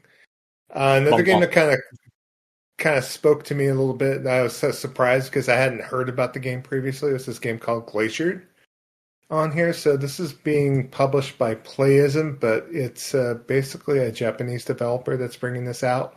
And it's all underwater, like kind of action adventure combat. So you're playing basically this game takes place on Earth 65 million years in the future, where basically the entire world is frozen over, and basically you are fighting in the ocean itself with a lot of ice and elements as far as freezing and basically fighting, I guess, against other fish in this particular game on here. So, and it looks kind of very interesting. It's behind the camera, so it's like 3D. It's like a traversal type, so you're doing a lot of navigating the seas and so on and so forth, and fighting against like bigger fish like sharks and other items in the sea. And so you have to maybe check out the trailer. I know on Steam right now there is a demo, but it's coming out also for Switch, and it's going to be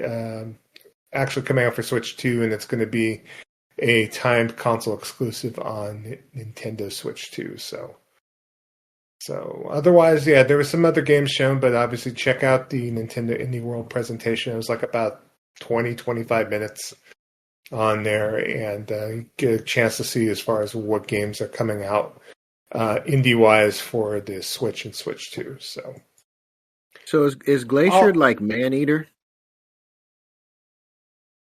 I'm looking at it right now. It kind of reminds me a little bit of Maneater, but it looks like there's a little bit of a combat elements to it where you're doing combos and that kind of thing. So it's not like you just roaming around with a shark. You're basically playing this like kind of bird type creature. So you'd have to really take a look at it. So okay, as far as I'm probably not doing the best to explain it, and how can you explain a trailer, as far as into words, Yeah, so. The way you were talking, it sounded like Maneater, except you weren't, eating people as a shark. You're just gonna... No, the character that you play, it looks like, the character's doing some barrel rolls underneath the water, fighting against, like, sharks and other fish on here, and there's definitely some combat elements to it, so there's some blocking, it looks like. But it's all done like underwater, basically. It's like underwater combat. So imagine if you were like maybe playing some old sea-based games. I'm trying to think maybe if you remember that PS1 game, Treasures of the Deep, something kind of like that, or Subnautica, where all the combat's underneath the water, basically. So that's what it kind of reminds me of. And there's a lot of traversal because the creature that you fly, it's almost like a winged bird of some sort. I would equate it to like something like a Panzer Dragoon or like a dragon or something, where you're just going and floating into the ocean, doing barrel rolls and navigating around and so on and so forth. So it looked very interesting. So I definitely, if you're interested, check it out. It's coming out Q3 for PC on that, but it's coming out for Switch 2 exclusively. So, if for you, Kev, you'll probably have to wait until it pops onto PlayStation if need be. So, all right. Also, too, they had a Nintendo Partner Direct showcase. So this is basically most of all the third parties that showed off various games for the Switch and Switch 2. This wasn't as like kind of over the top as a usual Nintendo Direct, but they led off the Direct with a trailer for Monster Hunter Stories 3 Twisted Reflection on here. So basically, this is going to be a new Monster Hunter Stories coming out 2026 on here. The trailer mainly focused on story, but it's going to follow your usual Monster Hunter format. It's going to be a turn-based battles and finding the monsties out in the field and so on and so forth. It might give you a good time to play the prior 2 games in the series. On here, what was this announcement a surprise to you, Des? It was definitely a surprise to me. I thought it was kind of just great that they went back to the well. It was a surprise because I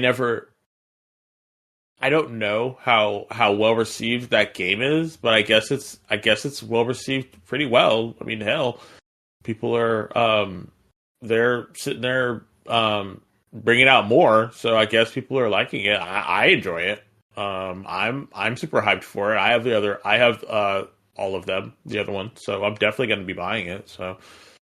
So yeah, it's like I look at that and I'm just like, oh, okay, another stories game, cool. Like I don't know if this is going to be like or this is going to be what is it, a trilogy, or they're going to make more of them, or what? But hey, let's go. Well, the whole trailer focused on twin Rathalos being born on there. Yeah. And it's coming out not just for Nintendo Switch 2, but it's coming out for PS5, Xbox Series X and S, and Steam. So Capcom knows where its bread is buttered on there. So also announced at the show, Once Upon a Katamari said this is a brand new game in the Katamari series on here. And so it's kind of interesting because at least for the last few Katamari games, they've always been like remasters and that kind of thing, but it is coming out multi-platform again, everything under the sun. So if you do want to get the itch to play a new Katamari Damacy game, Once Upon a Katamari comes out in October on there, and it's coming out for everything under the sun, including Switch 2, PlayStation 4, everything under the sun. Everything. So get your Katamari fix if need be. So also they announced a port of Dragon Ball Sparking Zero on there, so it's going to hit the Switch and Switch 2 as of November 14th. I find it ironic that this game got announced the same day I saw Wario 64 post a sale for Dragon Ball Sparking Zero for $20 on PlayStation 5 and Xbox. It's a sign. Well, it's a sign, yeah, that do you want to pre-order Dragon Ball Sparking Zero for your Switch or Switch 2 for $60, or buy it for your PS5 for $20? I mean, I know, Kev, you didn't really care for this game, right? As far as what you've seen out there in the wild, right? Because I don't think did you ever buy this game? I bought it and it plays like crap. Okay. I was really disappointed. So I remember, I remembered that you talked about this game, and I remember other people saying that there's certain points. I remember the video from Mighty Keith that just talked about that certain point in the game where it's just like it was unbeatable. Yeah, the Vegeta fight, if I'm not mistaken, the Vegeta fight. But that game was so that was so crappy on a gameplay level that even if it was just the Vegeta fight, I think it wouldn't have been a problem, but so much other stuff was wrong with that game too. It had me fooled because everything I saw was on point, and it's like, yep, let me get it, and it's like, oh, this is doo-doo. You're like, no, thank you. Imagine the gamers out there wanting to buy it on Switch 2 for $60. It's like, good for them. If they want it sold a lot of copies, so obviously there were a lot of people that had different opinion of that game than I did. But wasn't good. Also, Namco Bandai is bringing more business to the Direct. They announced Pac-Man World Repack 2, so they're remastering another Pac-Man World game, not only on the Nintendo Switch and Switch 2, but also on every other major platform. So if you want to get more of Pac-Man in 3D doing platformy things, guess what? You can do it with Pac-Man World Repack 2 on there. Also announced the Switch and Switch 2 port for Final Fantasy Tactics, the Obelisk Chronicles on here, so that will be coming out the same day and date as the PlayStation 5 and Steam versions of that game. There's a Switch 2 version of Persona 3 Reload, so more ports for the Switch 2 on here. So also there was a new spin-off trailer for Hyrule Warriors Age of Imprisonment on there, so we got a teaser trailer for the gameplay for that. So, Kev, is that game going to be the one, or is there a game that will kind of clue you in to maybe look out for Switch 2 and add that to your console collection if need be? I need to see Bayonetta 2 running at a decent frame rate. I mean, that's really what I need to see. If this game, I haven't really. I mean, I know about it. I haven't watched a whole lot of the trailers other than the ones that were, in whatever live event that I was watching at the time. It looks fun, but I've liked all the Hyrule Warriors games, but I can't play them because they're flip books on frame rate. So if it's decent and if they can make the other ones decent without me having to pay $20,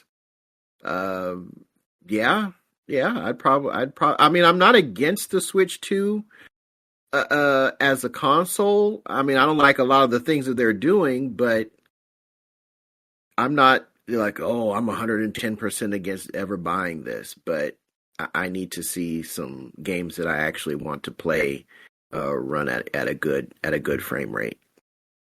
Might have to just eventually just come and play it, or get together, and I'll bring Bayonetta 2, I'll bring all the games of note with me, and you can check it out and kind of see it play both portably and also on the screen, and kind of check it out and get an idea for yourself. So. And I just have to be honest, I just do not feel that draw to get this console.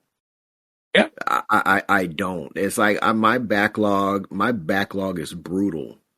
Just mine is too. PS5. So and with Nintendo wanting to charge $80 for games or for certain games, it's like I find it hard to make a case for this product at this point. But we'll see. Yeah. We'll see. One game they announced during the Partner Direct was a game I just thought was just weird as hell. But this game is called Chillin' by the Fire. So I don't know if either of you two had a chance to see this, but basically all it is a cozy campfire building sim where you basically construct a campfire together in various weather conditions,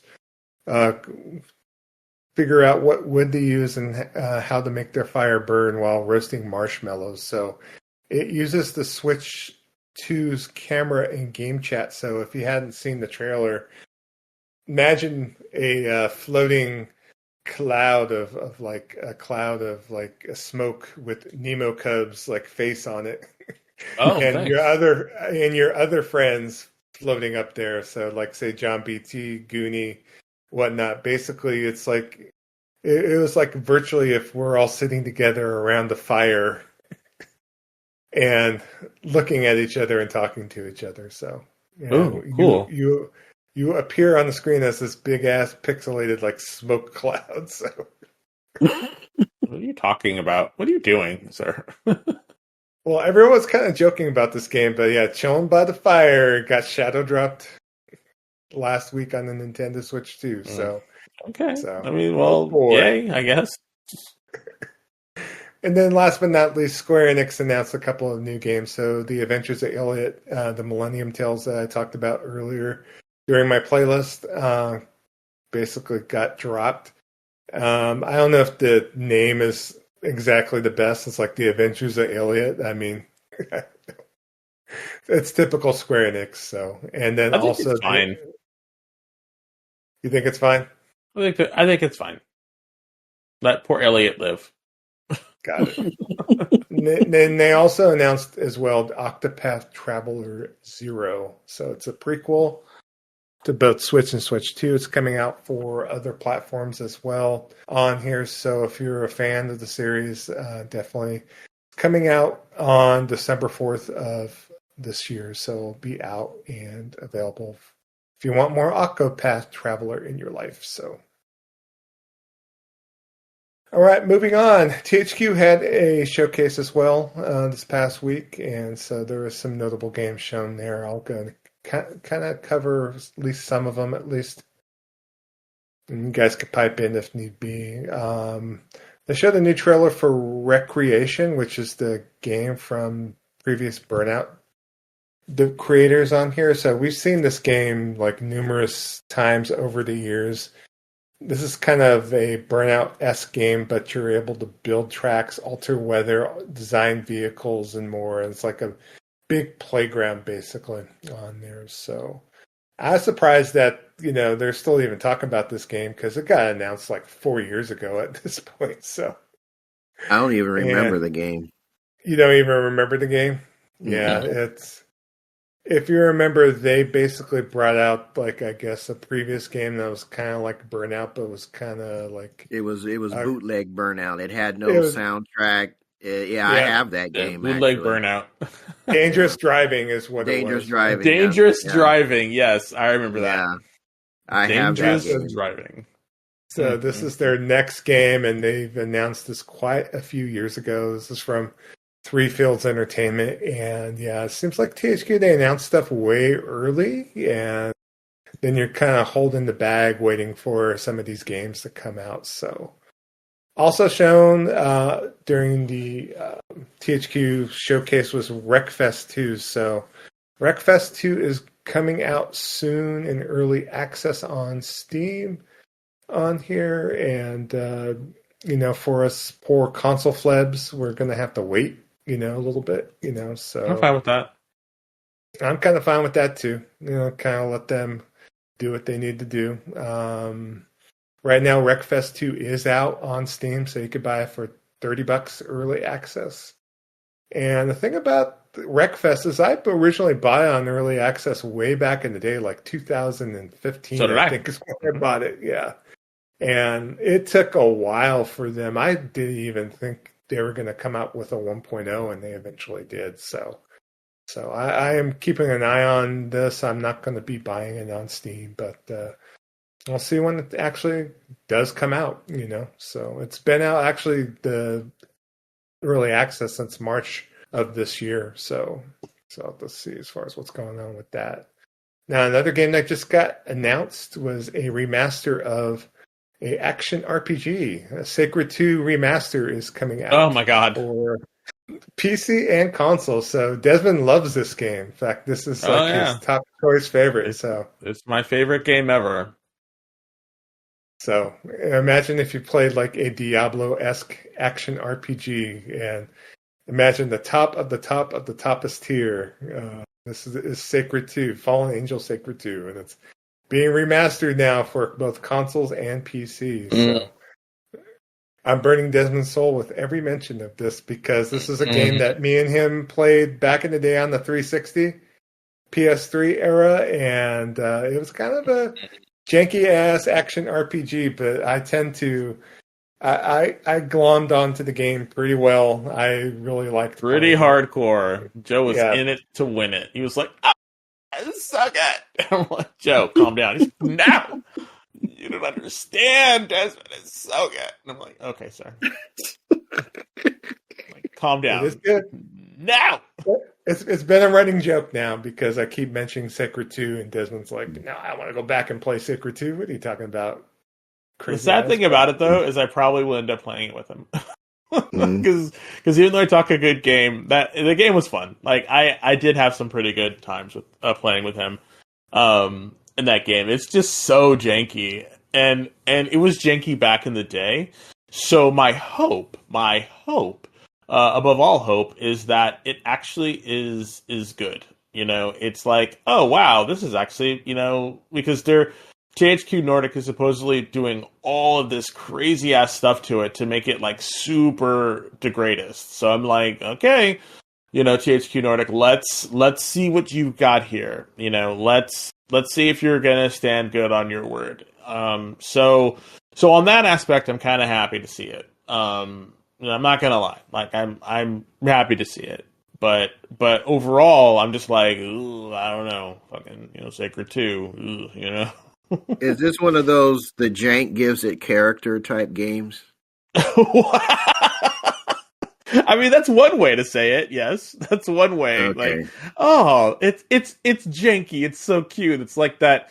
It's like one of those games where it's that ugly ass baby, but because it's a baby for some reason it has character, but it's still kind of is like an ugly baby, and you're like, oh, it's kind of like that. So, okay. But I wouldn't say it's as bad as something like Two Worlds 2, if you remember that epic. Well, nothing as bad as that. That game is just trash. That game is trash. Ugh. But I think is it up there with games like Elix and Elix 2 and those type of Euro jank games? Yeah. No. And I think the reason why it's not like that is because of the fact that it's one of those isometric Diablo-likes, and I think that's what makes it really, really kind of interesting. Is because, and I'm a sucker for games like that. I'm a sucker for Diablo-like games, and it's just the way it's built. And some of the aesthetics and what they actually like look at in that game, is what makes it so like silly. It's made by Germans in this European sensibility, and so you have this like trash soundtrack. You have this the characters are just weird, and everything is overtly metal, and you're just kind of like, okay, that's this is what it is, cool, and you're just kind of like left there scratching your head. I'm sure if I was Scandinavian, I'd be like, this game is awesome, but you just kind of take it in that stride and you play. Can't culturally connect, huh? Is that what you're saying? Yeah. I'm serious. It's like, it's just so like quote unquote metal for no reason, and you're looking at it and you're just kind of like, really, this is what we're doing? Okay, okay. I'm going back to the game because I enjoyed it. I beat the game. Again, it's not that it's you misunderstand, Joe. It's not that it's bad. It's just that it is just so like some of the like the art direction, like what the angels look like. You're looking at them and you're like, okay, really, this is what we're doing. And it's just it's a time capsule game. And there's nothing wrong with that. It's just a time. It's from a time, a bygone era that you're just kind of like, wow. And so again, I will go back. I will play it with you. I will enjoy, the craziness that is that game. But I find out about that T energy, the mysterious powers. And Scooby Doo, like there's a character that new android robot thing, and you're just kind of like, okay. Well, my ex-wife wound up basically naming the android dog Scooby because she likes Scooby Doo, and so it's like, and you're just kind of like, well, okay, let's do it, sure, do it. Yeah. Oh, that damn game. This will give me an opportunity to like make Sacred 2 my own and take it from the memories I had with my ex-wife. Oh boy. You are We're reclaiming Sacred 2. There you go. We're reclaiming the jank. We are reclaiming it. Yep, that's exactly it. We are reclaiming the jank. And I mean, hey, you got that gothic game. It sounds like a whole lot of excuses for a bad game. I mean, I don't know. I mean, I like games that are considered bad. God Hand. A lot of people thought that was a terrible, trash ass game, but I love it. So which game? God Hand. God Hand. Well, because you have taste, and God Hand is amazing. And the people who say that it's not are dumb. I'm sorry. That game is amazing, and I really wish that we got a remake of that. But no, I'm stuck with the remake of Sacred, so it's okay. It's okay. I'll live. All right, moving on. Okay, moving on. There was another trailer for the Eternal Life of Goldman. So this game has been on the release schedule for years now. Me and Desmond played it at Tokyo Game Show last year, and I actually quite enjoyed that game. That game is fun. Yeah. That game is fun. I don't know when it's ever going to come out. It's all hand-drawn 2D platforming with this old guy named Goldman on here.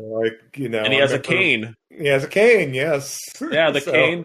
It's so crazy. Like the cane, all the cane is he uses it to jump around, and you put new things on the cane to make it jump around, jump up, and get down. Sorry. Anyway. Yeah, but we'll take a look. Hopefully, it comes out in the next few years. We'll see when it comes out. Hopefully. Titan Quest 2, another game life of Goldman. The eternal release date of Goldman. So. Yeah, I mean, he ain't wrong. You're looking at it, and you're just kind of like, all right, Goldman, what's going on, sir? Let's go.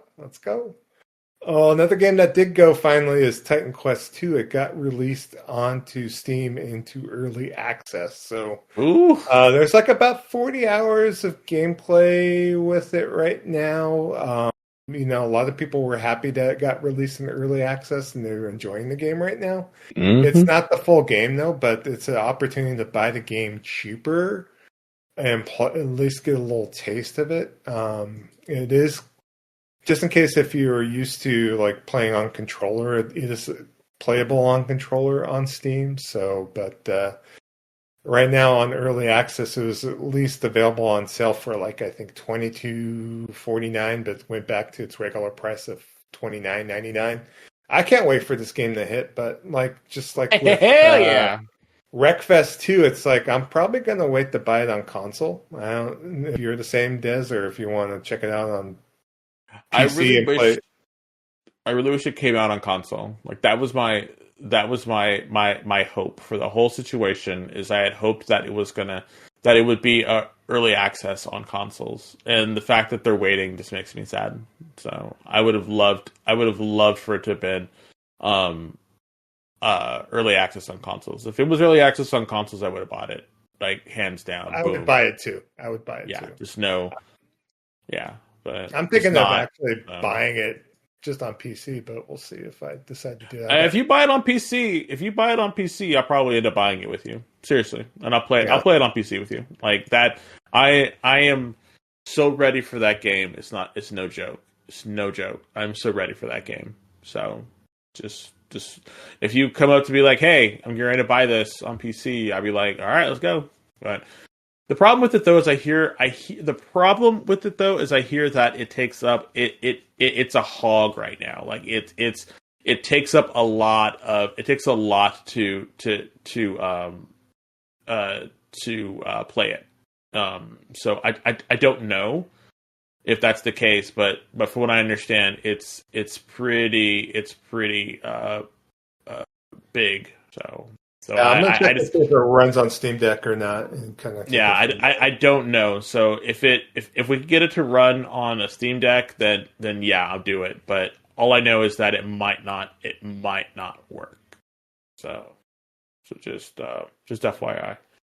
Another trailer that got shown is the Gothic remake. So Gothic 1 is getting remade by THQ Nordic. It's been announced for quite a few years.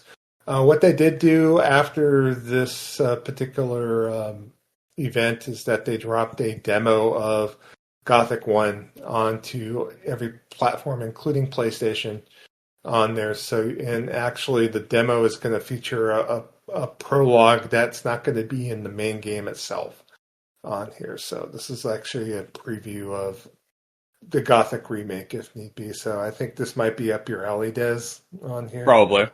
Yeah. So definitely something I just put in my cart right now. We'll check it out. Maybe we'll talk about it in the next show coming up in a couple episodes if need be, if we get a chance to try it and give our impressions of it. Mm-hmm. Also, too, there was another trailer for Reanimal. And this is the game I played at Tokyo Game Show last year. It's from the developers of Little Nightmares and Little Nightmares 2 on here. It's kind of in the same vein. It's like a stylized co-op core adventure game on there. I don't think you played it at the show, right, Des? It was only me. You were waiting for me outside the booth. No, yeah, I don't remember. I don't remember seeing it. No. No, because I went inside. Yeah, I know you're not the biggest fan of horror, so you know. So. Oh yeah, that was that game. No, I did not go. I did not see that with you. Yeah.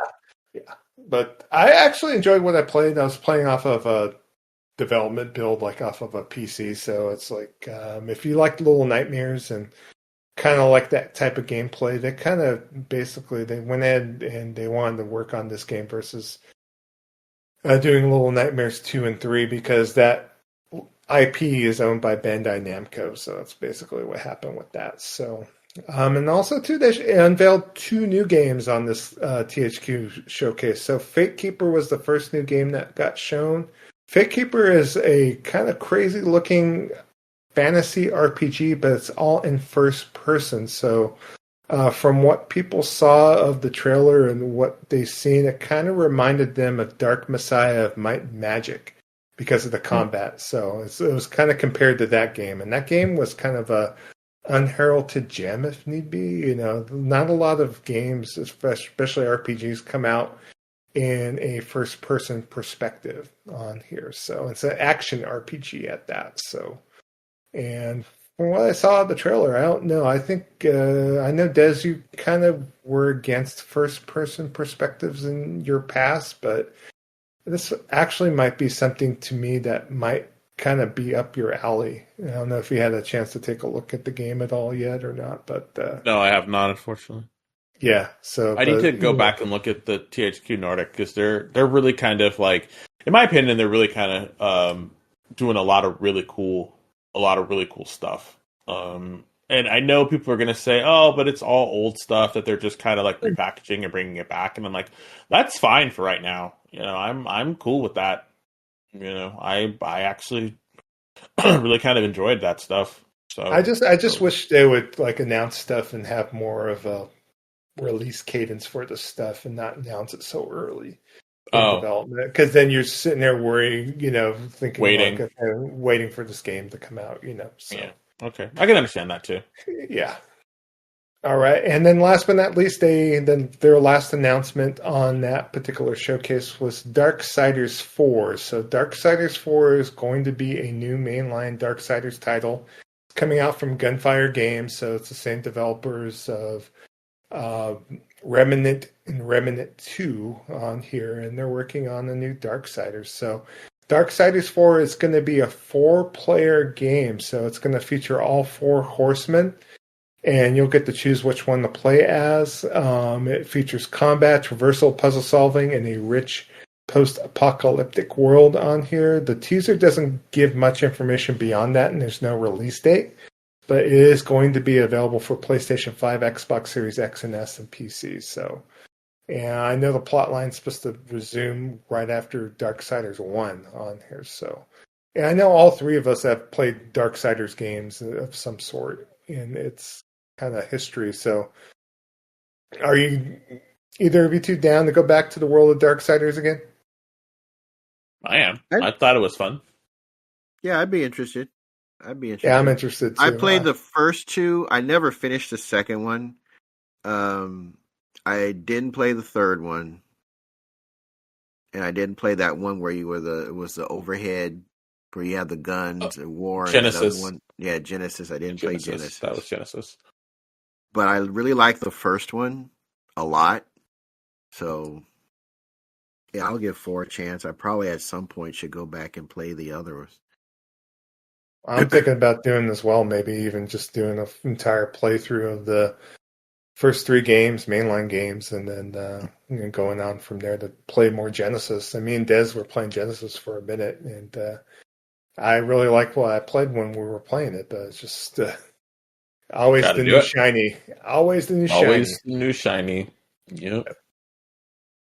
All right, and to round off the Jabroni Gaming news for this episode, there's some release dates and shadow drops that got kind of pulled in. And so the first one I want to mention is the remasters for both Heretic and Hexen. So Night Dive Studios was working along with id Software to get these out, and they have been revived and remastered for PC and consoles, and they're out now on there. So these are both like old school id Software first person shooters that were kind of more in the RPG vein, that they were experimenting with that kind of formula, basically. And so Heretic came out in 1994, and Hexen was its sequel on here. Raven Software was the one that brought out and developed both games on there. A lot of people talked very, had really good memories of the games. I know that Uncle Phil showed up with a Hexen shirt, I think, on one of the Xbox showcase. I don't know if you guys saw Phil lately. He's all looking trim and fit now. It looks like he lost a bunch of weight. Yeah. It's like I'm getting ready to get in good shape for when I get my package so I can get out of here. You know. Yep. That's why he's trying to look all trim and prim. Tell you, I got money to spend. Exactly. He's going to get all that new money and be all like, "Hey, ladies, Uncle Phil's back in the market." Shit. So, Des, I know you mentioned Heretic and Hexen to me. Just to switch it back to the games we're talking about. That's a joke. Not gonna say anything about Phil. Phil's looking good, man. I put something in the Discord, man. He's hanging out with. He was hanging out in China. He's out in China. Phil's over here like, yes, sir. Give my money, please. He was at the Wu Chang booth, and he looks straight up like he was in his like 30s, man. He's looking all trim and fit over here, yeah. Yeah, it feels like ain't got nothing on me. Anyway, what were you saying now about Hexen or whatever? Hexen the Heretic. I know you mentioned it and you were interested in it. So, I mean, this is something that you want to play. I usually don't kick it with boomer shooters. But it looks good.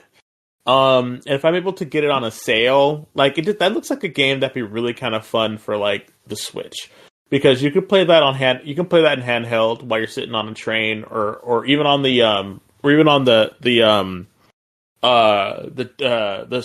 Steam Deck, because it just seems like one of those games that you can kind of pop in, play it, and then pop out. So yeah, looks good to me.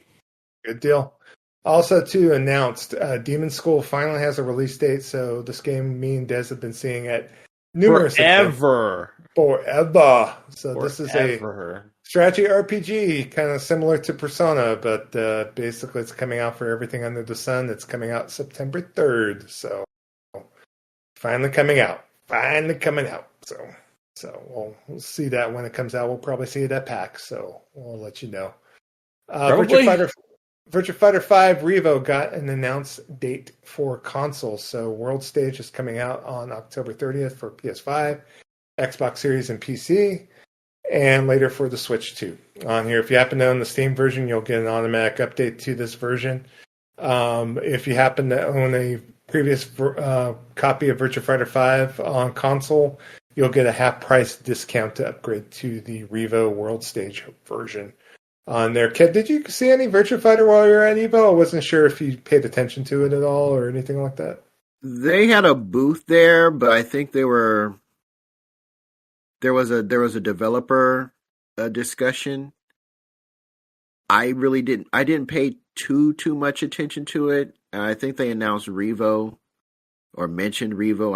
I won't say they announced it, but they mentioned Revo. There, we really weren't paying too much attention to it, because neither EJ or I are really big Virtua Fighter fans. But it was there. They had a booth. They had a. That's where Jabroni Chief would be at if he went to Evo this year. So I'm talking about myself in the third person. Yeah, so. I can see it. I'm sure next year, if the game isn't released, they'll have a big booth there at Evo next year. So Yeah, they did have a tournament too, which I was going to check out. I haven't had an opportunity to take the time to do so, but I'm looking forward to more Virtua Fighter. So, all right, and then last but not least, to round out this Jabroni Gaming news, Super Robot Wars Y got a demo, so it's coming. It's available now, so you can play through Chapter 1 of the game. If you're not aware what Super Robot Wars Y is, this is basically this big ass strategy RPG that has every anime series under the sun: Gundam, Macross, Get a Robo, Code Geass. It also has the kaijus too. Can't forget about that. It's also got like Godzilla. It's got Jet Jaguar. It's got just everything you can think of is in that damn game. Yeah, I even saw what got one of the characters from Gundam. This one with Master. It's mostly Asia. Gundam. It's mostly Gundam type stuff. Yeah. But the thing that everyone loves about the game, which I love about the game, is when you're fighting. It's a turn-based kind of like it's sort of like Fire Emblem. So you have your map and you have your units, and when you go up against them, when you do your attacks, they're all cinematic. It's like super deformed, a little bit, so they're kind of smaller. But the actual cinematics for each of their attack moves is just glorious. The way it looks, how the attacks look is just phenomenal. It looks fantastic. So that's one of the cool things about that game is just number one, tons of people. Number two, the cinematics just look fantastic. And even though a lot of people don't look at it for the story is actually pretty good. And for why they actually have, which is a first, they actually have not character creation, but they have other characters, original characters that were made for the game, which is really kind of cool because a lot of the times you're just playing with like Amuro from the original Gundam or like characters from the Gundam franchise or from the franchises, and this time you finally get to play a newer character, and so it's really kind of cool. So, all right.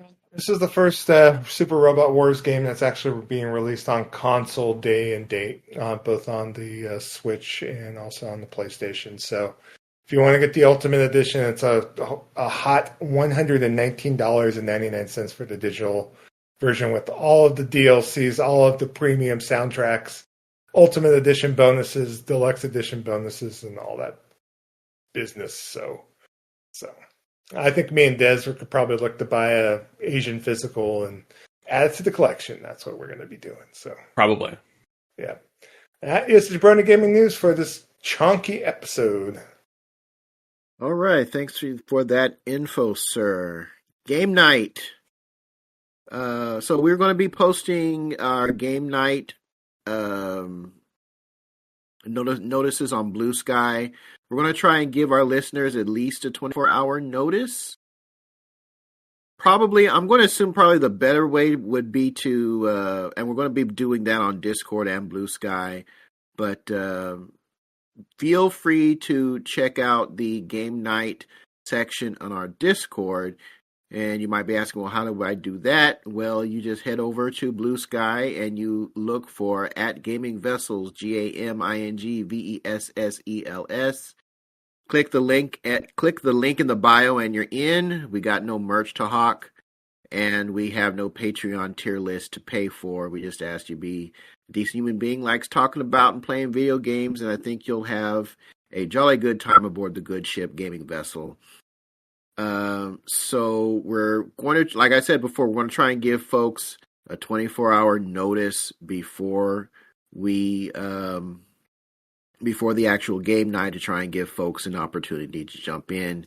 Whatever games you're interested in playing, if you want to play with us or other members of the community, please post that in the in the game night section in our Discord. So that is going to bring this super chunky funky episode 287 to a close. Want to thank y'all for hanging out, cooling out, chilling out without a doubt. Again, probably 99% of why it's so long is because of my Evo talk, but it's like y'all, I don't get hype about a lot of stuff, but Evo is definitely one of them. And that's fine. Yeah. One other thing. Yeah, for sure. Met Mighty Keith. I didn't meet him. I saw him. Saw Mighty Keith there. Harada was just kind of roaming around the whole event, just like I know he played Tokon Fighting Souls for sure.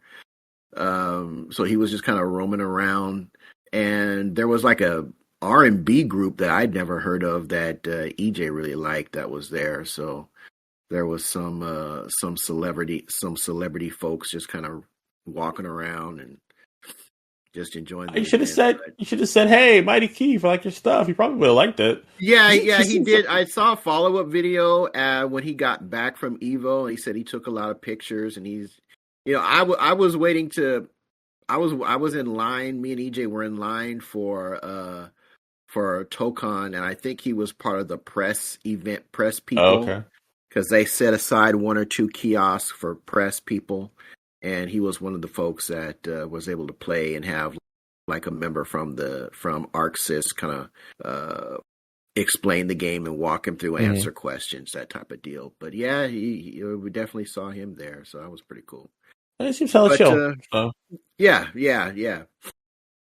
So that's going to bring episode 287 to a close. So for Dez, aka the Bay Area Terror, aka the High Res Hater. That's me.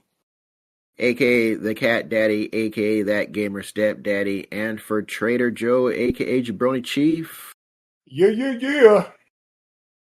But you might also know him as the Food Max of Gaming, who can maximize your gaming dollar. I am Shonuff71, A.K.A. Digadulamite. That purple bling bling, y'all never forget. And we'll be back next time, episode 288 for your ears. Peace.